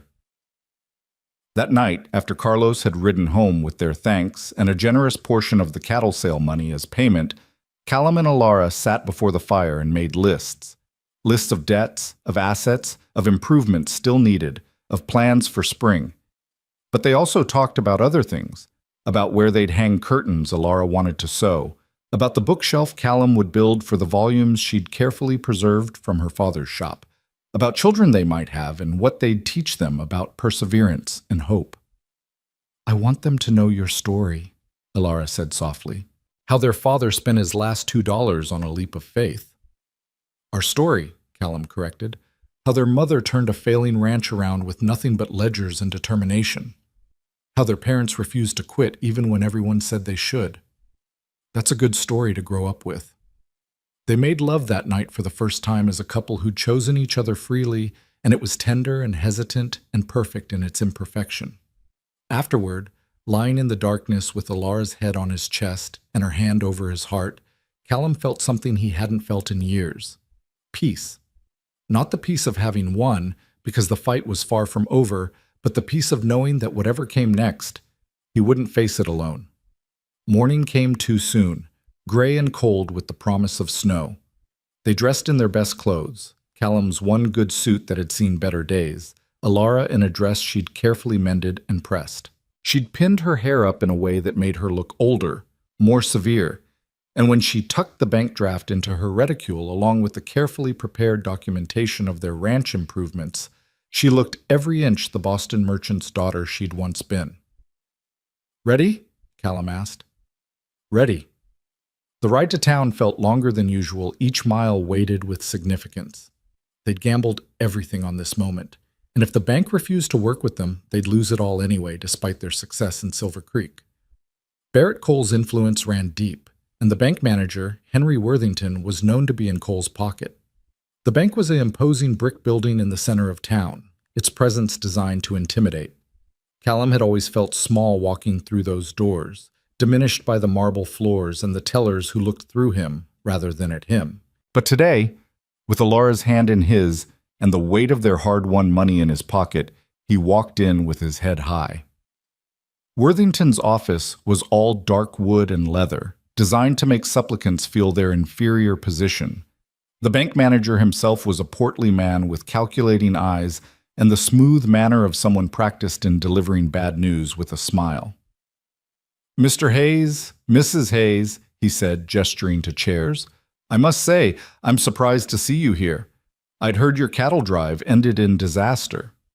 You heard wrong, Ilara said crisply. We delivered 37 head to Silver Creek and sold them at premium prices. We're here to make a payment on our loan. She placed the bank draft on the desk. $800 of the $888 they'd made, keeping the rest for immediate expenses and emergency reserves. Worthington picked it up and examined it as if looking for fraud. This is unexpected, he admitted. However, it doesn't cover the full amount due. You still owe $670 including interest and fees. We're aware, Ilara said, which is why we're here to negotiate an extension. We've made substantial improvements to the property, including an irrigation channel that will allow us to bring the southern pasture into production. We have documentation here showing increased property value and projected income for next year. She spread her carefully prepared papers across Worthington's desk. Maps, calculations, letters from Miguel Santos, and 3 other ranchers attesting to the viability of their plans. Callum watched her work and felt a surge of pride. This was her battlefield, and she fought with the precision of a general. Worthington examined the documents with increasing discomfort. This is all very impressive, Mrs. Hayes, but bank policy is quite clear. Partial payments don't stop foreclosure proceedings unless approved by the board, and I'm afraid the board meets in 3 days, Alara interrupted. We'd like to present our case directly to them. That's highly irregular. So is sabotaging a cattle drive to force a foreclosure that benefits a major stakeholder in this bank. Alara's voice was steel wrapped in silk. I'm sure the board would be very interested to hear about the mysterious riders who stampeded our herd, especially since we have witness testimony placing Barrett Cole's men in the area at the time. Worthington's face went pale, then red. Are you threatening this institution, Mrs. Hayes? I'm stating facts, Mr. Worthington. Whether those facts constitute a threat depends entirely on whether this institution has been acting in good faith. She leaned forward slightly. We're not asking for charity. We're asking for a fair evaluation of our situation by the people who actually make decisions, not by intermediaries who might have conflicts of interest. The 2 locked eyes across the desk, and Callum saw the moment Worthington realized he'd underestimated the woman in front of him. I'll arrange a meeting with the board, Worthington said stiffly. Friday morning, 9 o'clock, but I can't promise they'll agree to an extension. We don't expect promises, just a fair hearing. Alara stood, and Callum followed her lead. We'll see you Friday, Mr. Worthington. They walked out of the bank into the cold afternoon, and Callum waited until they were out of earshot before speaking. You were magnificent in there. I was terrified. Alara's hands were shaking as she pulled on her gloves. Did you see how angry he got? If the board rules against us, they won't. Not after seeing what you prepared. He helped her onto her horse. Besides, you were right about the sabotage. That's leverage, and Worthington knows it. Only if we're willing to use it. If we actually accuse Cole publicly and can't prove it, he'll destroy us and anyone who supports us. Then we make sure we can prove it. Over the next 3 days, they worked harder than ever. Callum rode out to every small rancher in the valley, gathering statements about Cole's tactics, his buyout attempts, the strange misfortunes that befell anyone who refused him. Alara, meanwhile, compiled everything into a dossier that was part legal brief, part accounting ledger, part indictment. Miguel Santos proved invaluable, introducing them to other ranchers who'd suffered under Cole's machinations. There was Thomas Gray, who'd lost his best breeding stock to a mysterious illness right after refusing to sell his water rights. Martha Chen, whose barn had burned down the week after she'd outbid Cole for property at auction. Jacob Thornton, who'd been driven out of business by suddenly inflated supply costs at the only general store, owned, of course, by one of Cole's associates. We never talked about it, Miguel explained as they sat in his modest home reviewing documents. Each of us thought we were alone, that we'd just had bad luck. But when you connect the pattern, he shook his head. Cole's been running this valley like his personal kingdom, and we all just accepted it because fighting seemed impossible. It's not impossible, Alara said quietly. It's just hard. But hard isn't the same as impossible. By Friday morning, they had a case that was damning in its thoroughness. Callum wore his best suit again, and Alara wore the same mended dress, but this time she carried a leather portfolio that Miguel had given her, filled with evidence and testimony and hope. The bank's boardroom was even more intimidating than Worthington's office. All heavy oak and portraits of stern-faced founders. 5 men sat around a massive table. The board members, ranging in age from 40 to 70, all wearing identical expressions of skepticism. And at the far end of the table, uninvited but present nonetheless, sat Barrett Cole. Callum felt his jaw tighten, but Alara's hand on his arm steadied him. They'd expected this. Cole would want to be here for the kill. Mr. and Mrs. Hayes, said the chairman, a white-haired man named Douglas Fletcher, you've requested this hearing to appeal your loan foreclosure. The board has agreed to listen, but I'll remind you that our time is valuable. Be concise. Alara stepped forward, and when she spoke, Her voice was clear and confident. Gentlemen, 3 months ago my husband's ranch was failing. He had 47 cattle, mounting debts, and no clear path forward. Today, we've made a substantial payment on our loan, improved our property's value by at least 20%, and established profitable relationships with buyers outside Mr. Cole's controlled market. She opened her portfolio and began distributing copies of their documentation to each board member. You'll find here a complete accounting of our assets, our debts, our improvements, and our projected income for the coming year. We're not asking you to forgive our debt. We're asking for a 12-month extension to prove that our ranch is viable and profitable. Mrs. Hayes, Cole interrupted smoothly, this is all very impressive paperwork, but it doesn't change the fact that your husband has failed to meet his contractual obligations. Sentiment doesn't pay debts. You're absolutely right, Mr. Cole, Alara agreed, which is why we've brought $800 in payment today with a clear plan for paying the remainder. She turned to the board. However, since Mr. Cole has chosen to involve himself in these proceedings, perhaps the board would also be interested in reviewing this additional documentation.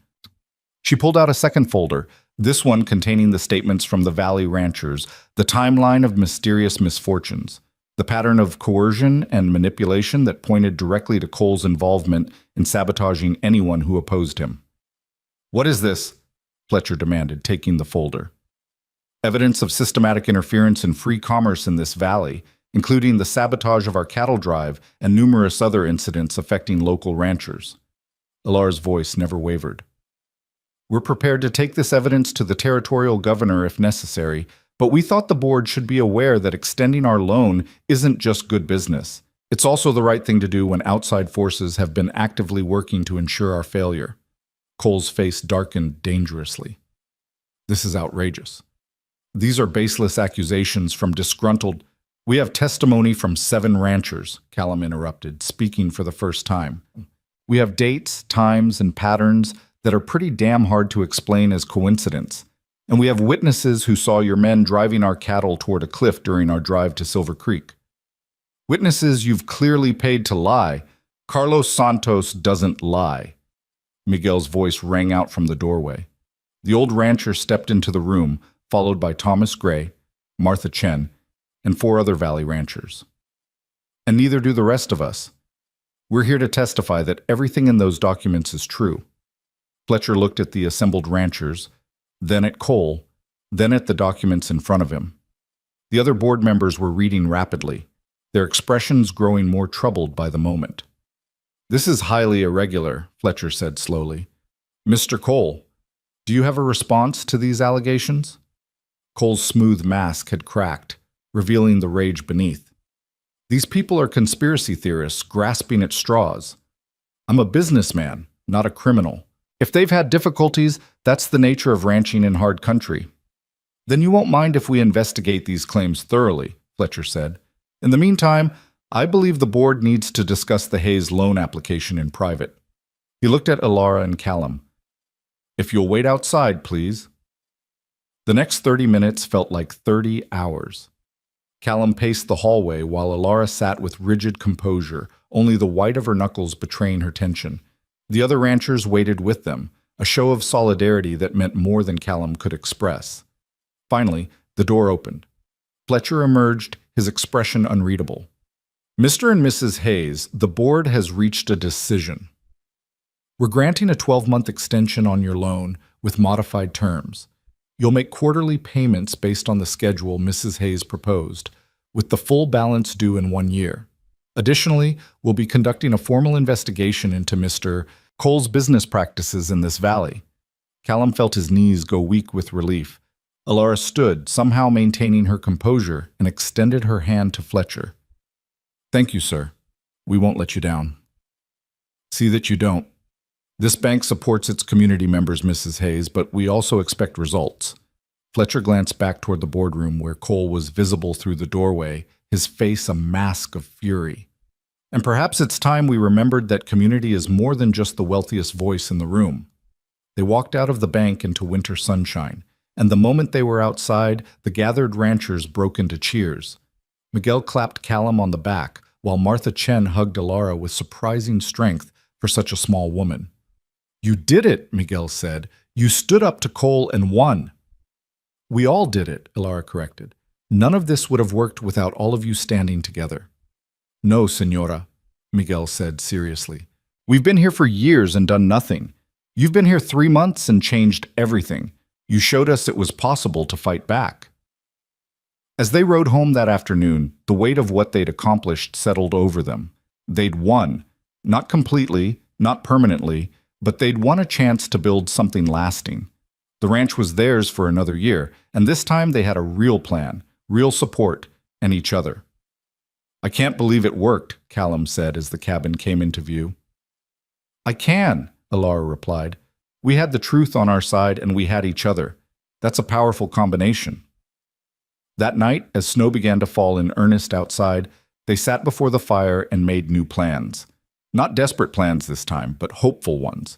They'd buy more cattle in the spring, young stock they could raise and breed. They'd finish the irrigation channel and plant the southern pasture with hay. They'd build relationships with buyers in Silver Creek, and maybe even beyond, creating options that didn't depend on Cole's goodwill. We need to make this marriage real, Callum said suddenly. I mean, legally real, not just in our hearts. We are legally married, Ilara pointed out. We are, but it was done under duress for survival. I want to marry you again, properly, in front of the whole town. I want everyone to know that I didn't buy a wife for $2. I found a partner worth everything I have. Ilara's eyes filled with tears. You want a wedding? I want to stand up in front of God and everyone and choose you freely, the way I should have been able to from the start. Will you marry me, Ilara? Again? For real this time? Yes, she whispered. 1,000 times yes. They set the date for the first Sunday in December, giving them 3 weeks to prepare. Word spread through the valley quickly, and to their surprise, the response was overwhelmingly positive. Miguel's wife Rosa immediately took charge of organizing a celebration, insisting that the whole community would contribute food and music. Martha Chen offered to make Ilara a proper wedding dress from fabric she'd been saving for something special. Even the pastor, Father McKenna, seemed pleased to officiate a ceremony that was about love rather than desperation. People are proud of you, Rosa explained to Ilara as they worked together on the dress. You stood up to Cole, you fought for your land, and you did it with grace and intelligence. The women especially, we see what you've done, how you've made yourself a true partner instead of just a helpmate. It matters. The only shadow over their preparations came from Barrett Cole himself. He'd been conspicuously absent from town since the bank board meeting, but his influence still lingered. The general store owner, loyal to Cole, refused to sell them supplies at any price. The blacksmith, who owed Cole money, turned them away. Small acts of petty revenge that stung but didn't stop them. Let him be angry, Callum said when Ilara worried about retaliation. We beat him fair and square. If he comes after us again, we'll beat him again. And if he doesn't fight fair, then neither will we. The week before the wedding, Callum rode out to check the winter pasture and found something that made his blood run cold. The irrigation channel they'd worked so hard to dig had been deliberately destroyed, filled in with rocks and debris. It would take weeks to clear and repair, time they couldn't spare before the ground froze completely.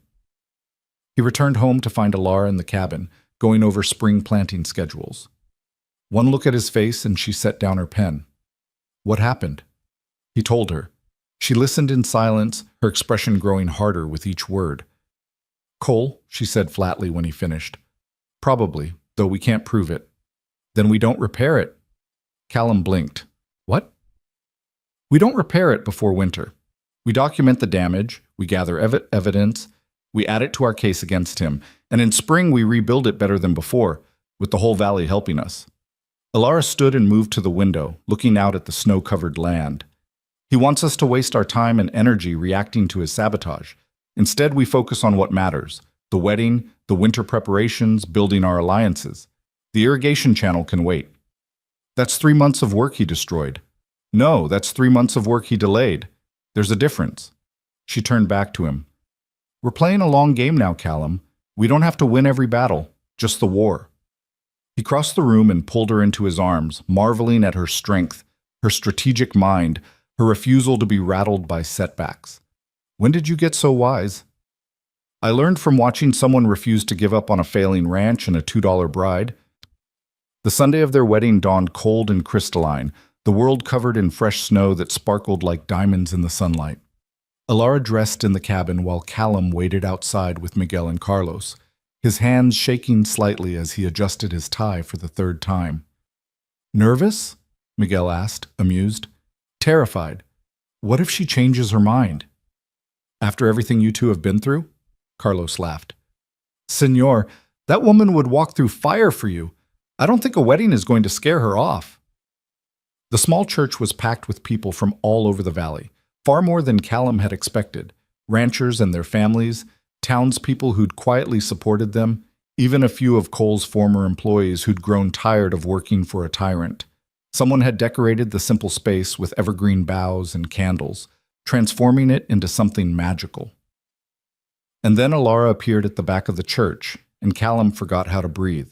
The dress Martha had made was simple but beautiful, cream-colored wool that fit Alara perfectly, with delicate embroidery at the collar and cuffs.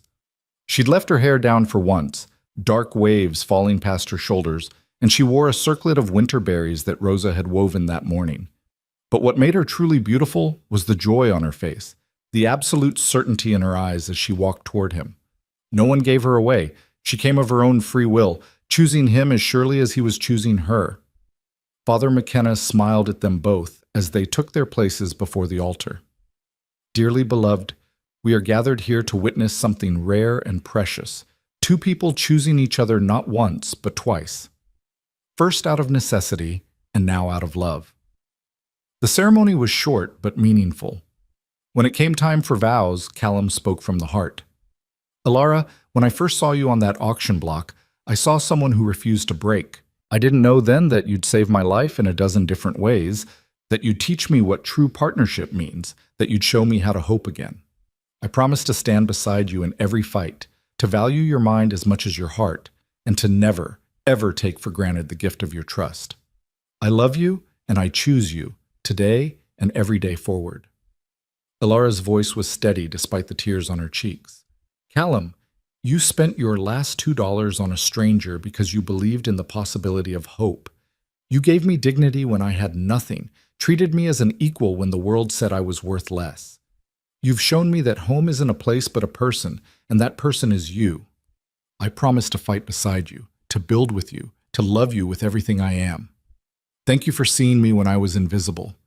Thank you for the best $2 ever spent. The congregation laughed through their own tears at that, and when Father McKenna pronounced them husband and wife, truly, this time, the cheers shook the rafters. Callum kissed his bride there in the little church, surrounded by friends they hadn't known they had, and felt the last piece of his broken heart slot into place. This was what winning looked like. Not wealth or power or even security, but this, a community that supported them, a love that had been earned through trial and hardship, a future they'd fight for together. The celebration afterward was everything Callum hadn't known he needed. Tables groaning with food that everyone had contributed, music from a fiddle player who'd driven 2 days to be there, dancing and laughter that went on until the stars came out.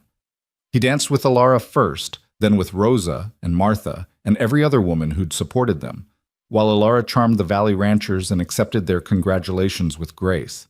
As the party wound down and people began to drift home, Miguel pulled Callum aside. I have a wedding gift for you, he said, handing over an envelope. Papers for the southern pasture. Callum opened it, confused. I don't understand. 20 acres of my land that borders yours on the south. It has good water access from my creek, and it connects to your irrigation channel route. I'm deeding it to you and Alara. Miguel held up a hand when Callum tried to protest. You showed us how to fight back. You united this valley against a common enemy. That's worth more than land.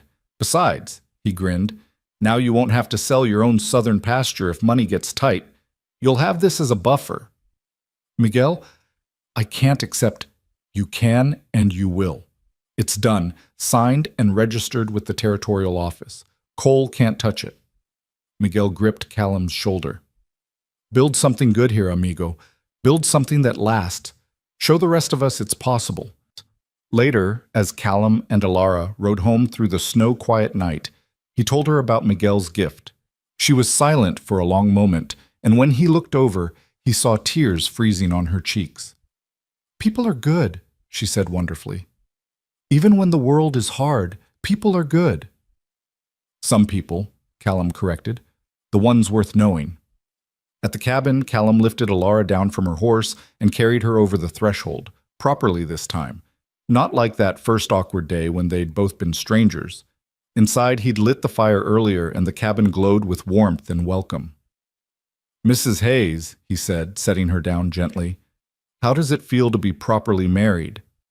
"Like coming home," she answered. Like everything that came before was just practice for this moment. They made love that night slowly, reverently, two people who knew exactly what they had and what it was worth. Afterward, wrapped in quilts and each other, they talked about the future until they fell asleep mid-sentence, content and complete. Winter settled over the valley in earnest after that, snow piling high and temperatures dropping to brutal lows. But inside the cabin, Callum and Alara were warm. They spent long evenings planning for spring, reading to each other from Alara's precious books, teaching each other things they'd never thought to share before. Callum showed her how to identify different bird calls, how to predict weather from cloud formations, how to read the land. Alara taught him about bookkeeping systems more sophisticated than his simple ledger, about negotiation tactics, about the political currents in the East that might affect cattle prices. They also talked about their past more honestly than before. Alara told him about her mother's death when she was young, about growing up trying to fill that void by being useful, being smart, being indispensable to her father's business, about the shame she'd felt when everything collapsed, as if her worth was measured only in success. "You know that's not true," Callum said. "Your worth has nothing to do with your father's debts or your circumstances." "I know that now. You taught me that." She traced patterns on his chest idly. "You looked at me when I had nothing and saw someone worth fighting for. That changed everything." He told her about Catherine, more fully this time, about how young they'd both been, how marriage had seemed like the next logical step without either of them really understanding what they were promising, about the slow erosion of affection under the weight of hardship, the way resentment could poison even genuine feeling. "I don't blame her anymore," he said. "She wanted a different life, and she found someone who could give it to her. I just wish I'd been honest with myself sooner about what I really needed." Which was? Someone who saw the land the way I do. Not as something to escape from, but as something to build on. Someone who wanted to create rather than consume. He kissed her forehead. "Someone like you." "I never knew I wanted this," Alara admitted. "Growing up in Boston, I thought happiness meant civilization, culture, society. But those things are just trappings. Real happiness is this: working beside someone you trust, building something that matters, knowing that whatever comes, you won't face it alone." The winter passed in a rhythm of small joys and daily work. Callum maintained the ranch, kept the cattle fed, repaired equipment in the barn while Alara managed their accounts, corresponded with potential buyers, and planned their spring expansion. They celebrated their first Christmas together simply, with a small evergreen tree that Callum cut from their own land and decorations Alara fashioned from scraps and imagination. On Christmas morning, Callum gave her a wooden box he'd spent weeks carving, inlaid with a pattern of stars. Inside was a new ledger, leather-bound and expensive, the kind a Boston merchant would have used. "For your records," he said. "Proper tools for proper work." She gave him a shirt she'd sewn from fabric she'd bought secretly during one of their trips to town. The stitching so fine and even it looked almost machine-made. And wrapped in the shirt was something else, a small painted portrait of the two of them, done from memory by Martha Chen's artistic daughter. "So you always remember," Alara said softly. "Remember this moment, when we chose each other freely." They held each other close by the fire, watching snow fall past the window, and marveled at how far they'd come from that dusty auction block where everything had started. But even in the midst of winter peace, they knew Cole hadn't forgotten them. Word filtered through the valley of his movements, buying up smaller ranches at cut-rate prices, consolidating power, preparing for spring. He'd been quiet since the bank board meeting, but they both knew it was the quiet of something dangerous biding its time. "He'll come at us again," Alara said one evening as they reviewed their finances. "Probably in spring when we're most vulnerable, trying to buy new stock and expand operations." "Let him come. We beat him once, we'll beat him again." "Callum, he has resources we can't match. Money, influence, men willing to do his dirty work. And we have something he'll never have, people who actually want to help us. This whole valley is on our side now." He pulled her close. "Besides, we're not the same people he first tried to break. We're stronger now. Together." "Together," she echoed, and sealed it with a kiss that tasted like hope and determination and the promise of spring. As winter slowly released its grip on the land and the first hints of thaw appeared, Callum and Alara stood together on their porch watching the sun rise over mountains still capped with snow. In a few weeks, they'd start the irrigation channel repairs with help from Miguel and the other valley ranchers. They'd buy new breeding stock, plant their expanded pastures, build the future they'd been planning all winter. "Ready?" Callum asked, squeezing her hand. "Ready," Alara confirmed. "Whatever comes, we face it together." And standing there in the dawn light, two people who'd started as strangers bound by desperation had become partners bound by love, ready to fight for the life they'd built together, one hard-won day at a time. Spring came to Montana like a promise kept. Snow melting into streams that fed the greening valley, wildflowers painting the hillsides in colors so vivid they seemed unreal. Callum stood in the southern pasture watching Miguel, Carlos, and a dozen other valley ranchers work on clearing the sabotaged irrigation channel, their voices carrying across the morning air in a mixture of Spanish and English, laughter punctuating the rhythm of their labor. "We'll have it cleared by week's end," Miguel called out. "Then we dig the extension to connect with my creek. By summer, you'll have the best watered pasture in the valley." Callum shook his head in wonder. 6 months ago, he'd been alone and failing. Now he had help he hadn't asked for, friendship he hadn't expected, and a future that seemed almost possible.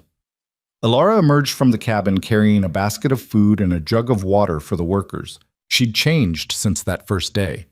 Not just physically, though the hollow places in her cheeks had filled out, and her hands were strong and capable now, but in the way she moved through the world.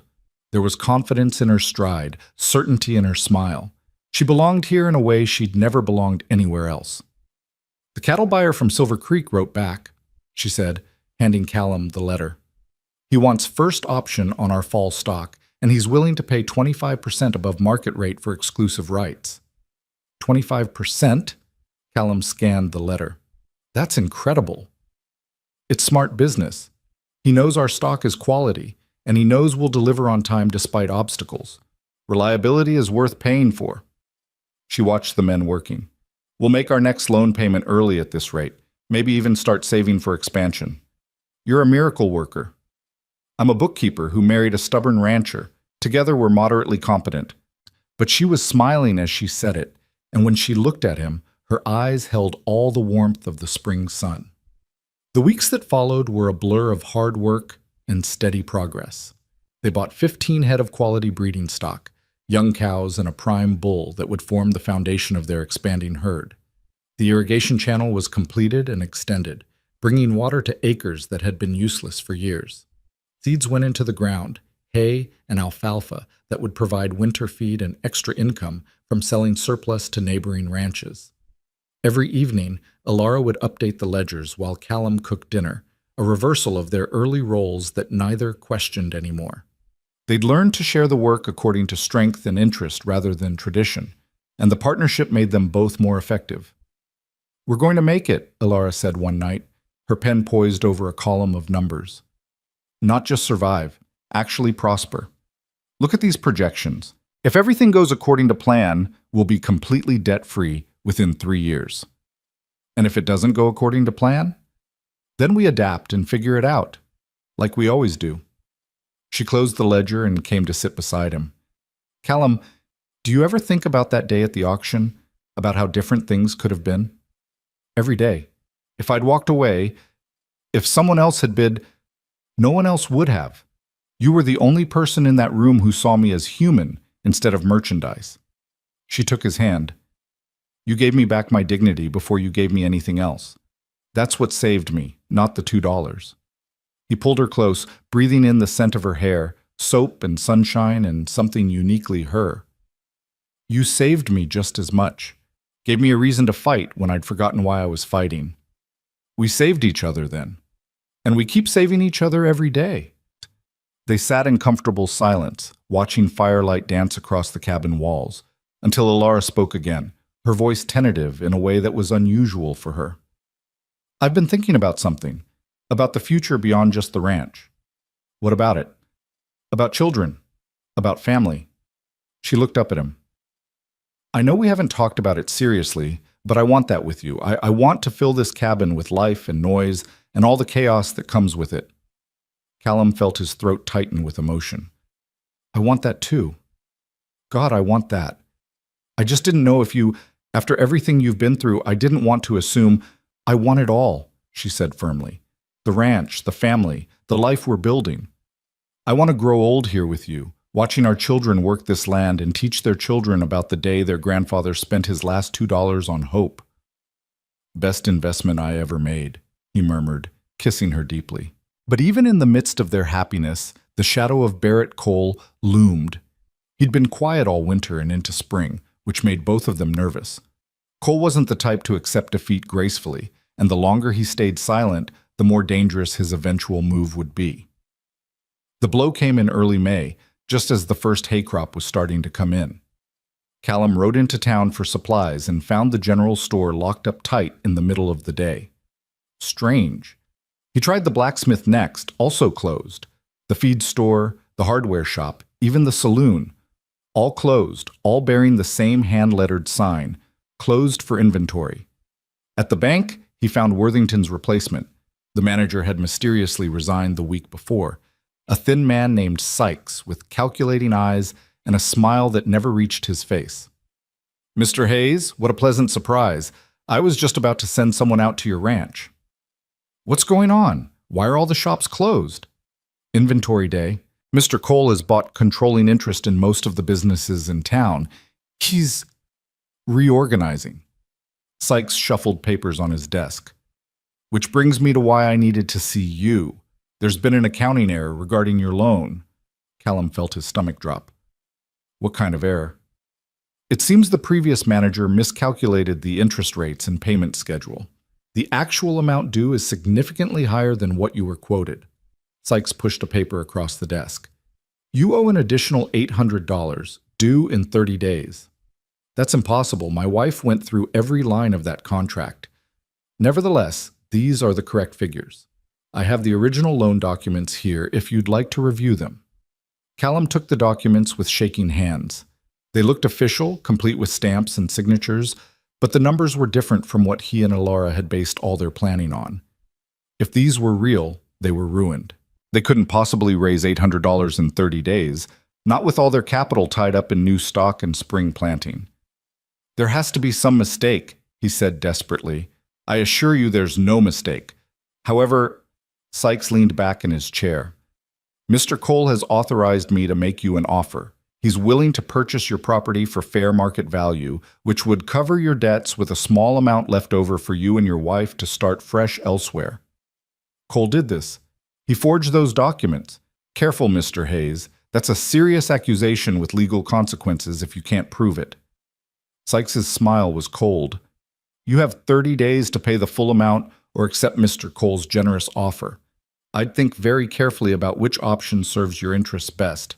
Callum rode home in a daze, the forged documents burning in his saddlebag like hot coals. When he told Alara what had happened, she went pale, but stayed calm, immediately pulling out their own copies of the loan paperwork for comparison. These are forgeries, she said after an hour of careful examination. Good ones, but forgeries. Look here. The ink is slightly different, and the signature doesn't quite match. But proving it, she shook her head. That would require experts, lawyers, time we don't have. So we're finished. Cole finally found a way to beat us that we can't fight. No. Alara's voice was steel. We're not finished. We just need to think differently. She stood and began pacing, her mind clearly racing. He's made a mistake. He's shown his hand too clearly. The shop closures, The sudden discovery of errors, the convenient buyout offer. It's too obvious, too coordinated. Even people who were neutral before will see this as the overreach it is. Seeing it and doing something about it are different things. Cole owns this town now. He owns the businesses in this town. He doesn't own the people. Alara grabbed her shawl. Come on, we're going visiting. Over the next 3 days, they rode to every ranch in the valley, showing the forged documents, explaining Cole's scheme, asking for help. The response was overwhelming. Every rancher they visited was outraged, and more importantly, every one of them was willing to act. This is bigger than just you now, Thomas Gray said bluntly. If Cole can do this to you, he can do it to any of us. He needs to be stopped, permanently. Miguel was even more direct. We gather evidence, we take it to the territorial governor, and we make sure Cole never threatens another honest rancher again. But that takes time. What do you need right now? $800 in 30 days, Callum said, which is impossible. Not impossible, difficult. Miguel looked around at the assembled ranchers. They'd gathered at his ranch to discuss strategy. If each of us contributes what we can, we might raise enough to meet the payment. Then, while Cole thinks he's lost this round, we build our legal case and take him down properly. We can't ask you all to risk your own money, Alara began. You're not asking, we're offering. Martha Chen spoke up from her seat. You stood up for this valley when no one else would. Now it's our turn to stand up for you. In the end, they raised $760. Not quite enough, but close. Callum and Alara sold their breeding bull back to the man they'd bought him from, taking a loss but raising the final $40 they needed. We'll buy another bull later, Alara said as they counted the money. Right now, we stay solvent and keep fighting. On the 30th day, they walked into the bank with $800 in cash and a delegation of valley ranchers behind them. Sykes's face went white when he saw the crowd. Mr. Hayes, Mrs. Hayes, I see you've decided to pay. In full, in cash with witnesses, Alara said crisply, placing the money on the desk. We'll need a receipt, of course. Noting that this satisfies all outstanding debt on the disputed loan amount. Of course. Sykes counted the money with shaking hands, wrote out the receipt, and handed it over. One more thing, Alara continued. We're filing a formal complaint with the Territorial Governor's Office regarding fraudulent loan documents and business practices designed to coerce property sales through illegal means. These gentlemen are all prepared to testify about similar experiences with Mr. Cole's operations. That's not something I can address, Sykes stammered. We're not asking you to address it. We're informing you that it's happening. She turned to leave, then paused. Oh, and Mr. Sykes? You might want to consider finding employment elsewhere. I suspect this bank will be under investigation very shortly. Outside, the ranchers erupted in cheers. They'd beaten Cole again, publicly this time, and with witnesses. But as they rode home, Callum felt uneasy. He won't let this stand, he said to Alara. $800 is nothing to him. We embarrassed him, and men like Cole don't forgive that. I know, which is why we need to end this once and for all. That night, they wrote a detailed letter to the territorial governor, outlining every illegal action Cole had taken, every rancher he'd targeted, every document they'd gathered. Miguel hand-delivered it personally, riding 3 days to the territorial capital to ensure it arrived safely. 2 weeks later, a federal marshal arrived in town, accompanied by an auditor from the territorial office. Cole, confident in his power and his ability to intimidate local authorities, hadn't counted on federal intervention. The investigation was swift and thorough, and what they found was damning. Forged loan documents, bribes to local officials, intimidation and threats, even evidence of the hired guns who'd stampeded Callum and Alara's cattle. Cole had been so sure of his untouchability that he'd kept detailed records of everything, the better to manage his expanding empire. The day they arrested Barrett Cole, half the town turned out to watch. He was led out of his mansion in handcuffs, still protesting his innocence, still threatening everyone with lawsuits and political connections. But his power had been broken, and everyone knew it. Callum and Alara watched from the crowd, her hand tight in his. It's really over, she whispered. Yeah, it really is. The aftermath took months to sort out. Cole's businesses were sold to pay restitution to the ranchers he'd defrauded. The bank got new management that was actually interested in supporting the community rather than exploiting it. And slowly, the valley began to heal from years of living under Cole's shadow.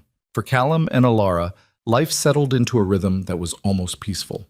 Their ranch thrived, the expanded pastures producing hay that they sold for good profit, the cattle herd growing steadily. They paid off their loan 2 years early and actually started saving money for the first time in Callum's life. But the real miracle came one spring morning 2 years after Cole's arrest, when Alara woke Callum with tears streaming down her face and a trembling hand pressed to her belly. "I'm pregnant," she whispered. "Callum, we're going to have a baby." He pulled her close, his own eyes wet, and felt the last broken piece of his heart heal completely. This was everything he'd ever wanted: family, partnership, a future built on hope rather than desperation. Their daughter was born in January during a snowstorm that shut down the valley for 3 days. Rosa Santos served as midwife, her capable hands guiding the baby into the world, while Callum paced the main room and prayed harder than he'd ever prayed in his life. When he finally held his daughter, tiny and red-faced and perfect, he counted her fingers twice to make sure they were all there, then looked at Alara with wonder. "She's beautiful. You're both beautiful." "She has your eyes," Alara said, exhausted but glowing. "What should we name her?" They'd discussed names for months but never quite decided. Now, looking at this new life they'd created, Callum knew. "Hope. Her name is Hope." Alara smiled through happy tears. "Hope Hayes. It's perfect." The years that followed were full and rich in ways that had nothing to do with money. 2 more children came, a son they named Thomas after Alara's father, and another daughter named Catherine, a gesture of forgiveness and moving forward that surprised them both. The ranch continued to grow, becoming one of the most successful operations in the valley, known for quality stock and fair dealing. Miguel became Hope's godfather and taught all the children to ride before they could barely walk. Carlos married a girl from Silver Creek and brought her back to the valley, building his own ranch on land his uncle gifted him. Martha Chen's daughter married the new bank manager's son, and their wedding brought together families that had once been divided by Cole's influence. The valley prospered, and at the center of that prosperity were Callum and Alara Hayes, whose story had become legend, the struggling cowboy and the unwanted bride who'd fought their way to happiness against impossible odds. On their 10th anniversary, Callum presented Alara with a gift he'd been working on for months. It was a silver locket, beautifully crafted by the new silversmith in town, and inside were 2 polished silver dollars mounted behind glass. "The original $2, he explained as she stared at them in wonder. "I kept them all these years, had them polished and preserved. Thought you should have them." Alara pressed the locket to her heart, tears streaming down her face. "This was the beginning, the day you spent everything you had on someone nobody wanted. Best money I ever spent, best decision I ever made." He pulled her close. "You know what's funny? At the time, I thought I was saving you, but you saved me just as much. Maybe more." "We saved each other," she corrected, kissing him softly, "and we built something beautiful from absolutely nothing." That evening, they sat on their porch watching the sun set over land that had nearly broken them, but instead had made them stronger. Their children played in the yard, Hope teaching Thomas to skip stones while baby Catherine toddled after them on unsteady legs. Inside the expanded cabin, dinner waited on a table that sat 12 comfortably, built to accommodate the family and friends who regularly filled their home with laughter and life. "Tell me again," Hope called out, running up to the porch. "Tell me the story about the $2. It was her favorite story, one she never tired of hearing.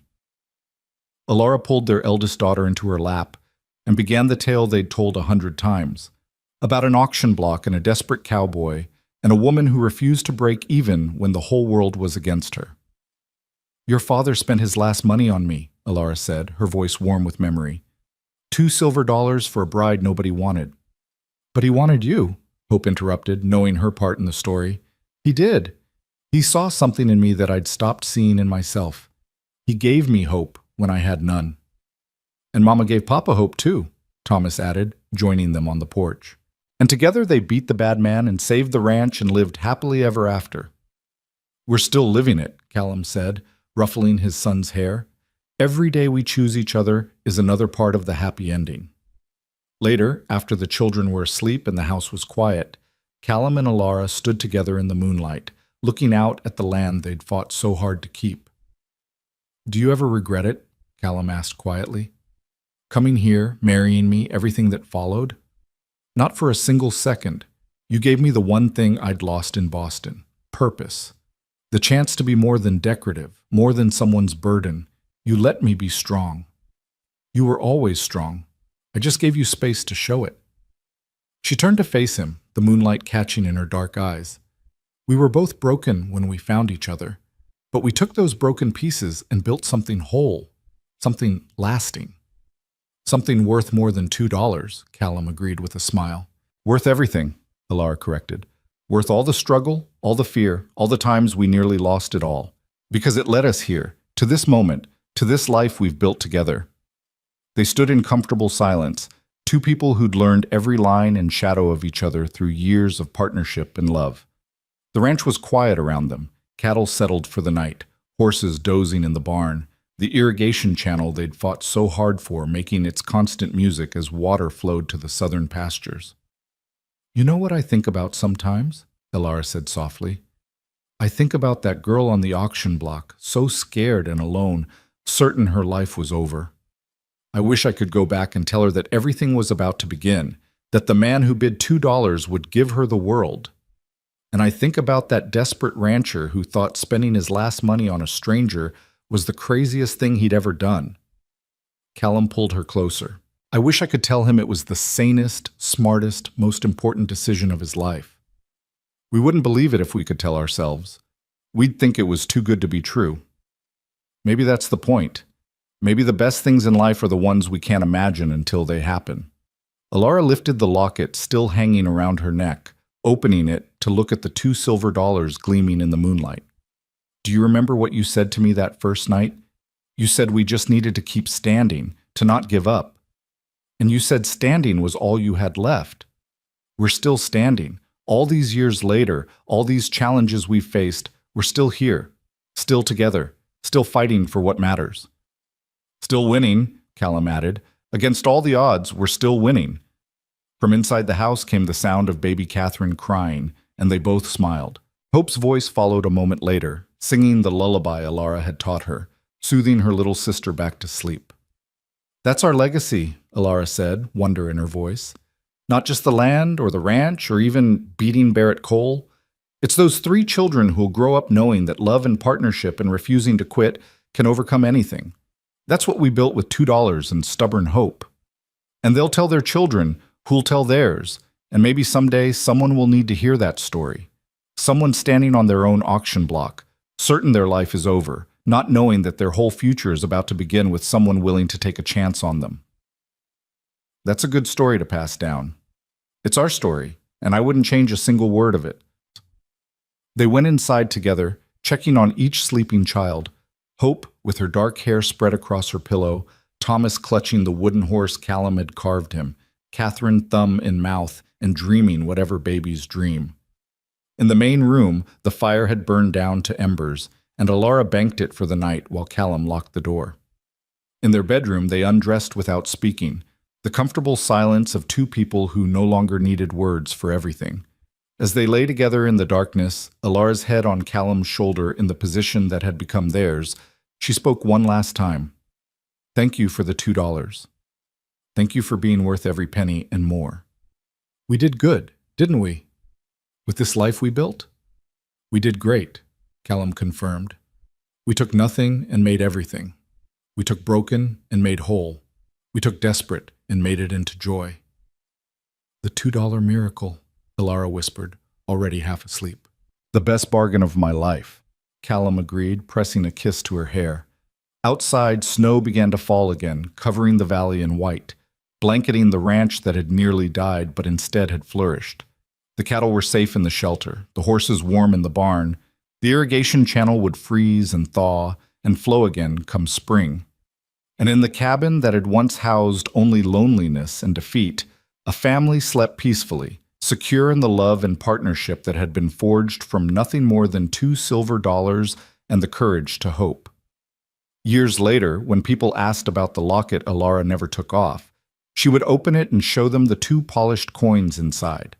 And she would tell them about a cowboy who spent his last money on faith, about a woman who refused to break, about a love that grew from desperation into something that sustained them through every trial and triumph. This was our beginning, she would say, holding the locket close to her heart. $2 and a whole lot of hope. And it turned into more than I ever dreamed possible.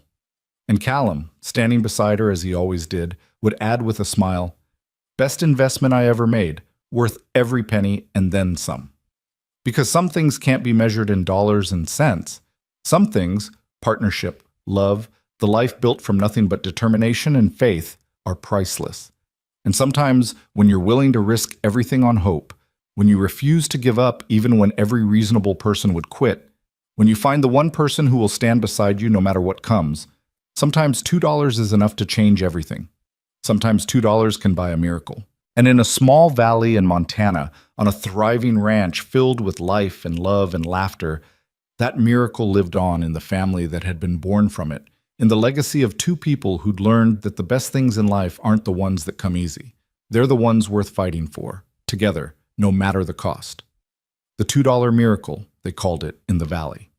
The story of Callum and Alara Hayes, who proved that sometimes the smallest investment of faith can yield the richest returns, and that love built on mutual respect and shared struggle can weather any storm.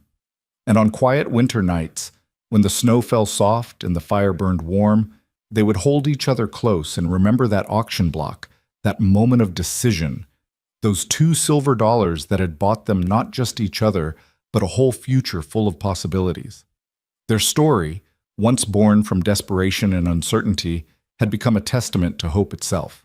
A reminder that sometimes salvation comes in unexpected forms, that worth isn't measured in dollars, and that the courage to take a chance on someone when everyone else has given up might just be the most valuable thing you can offer. $2 silver, polished and preserved in a locket, carried close to Alara's heart always. A reminder of where they'd started, of how far they'd come, of what they'd built together from absolutely nothing. The beginning and the proof forever intertwined. The $2 miracle that had grown into a lifetime of love.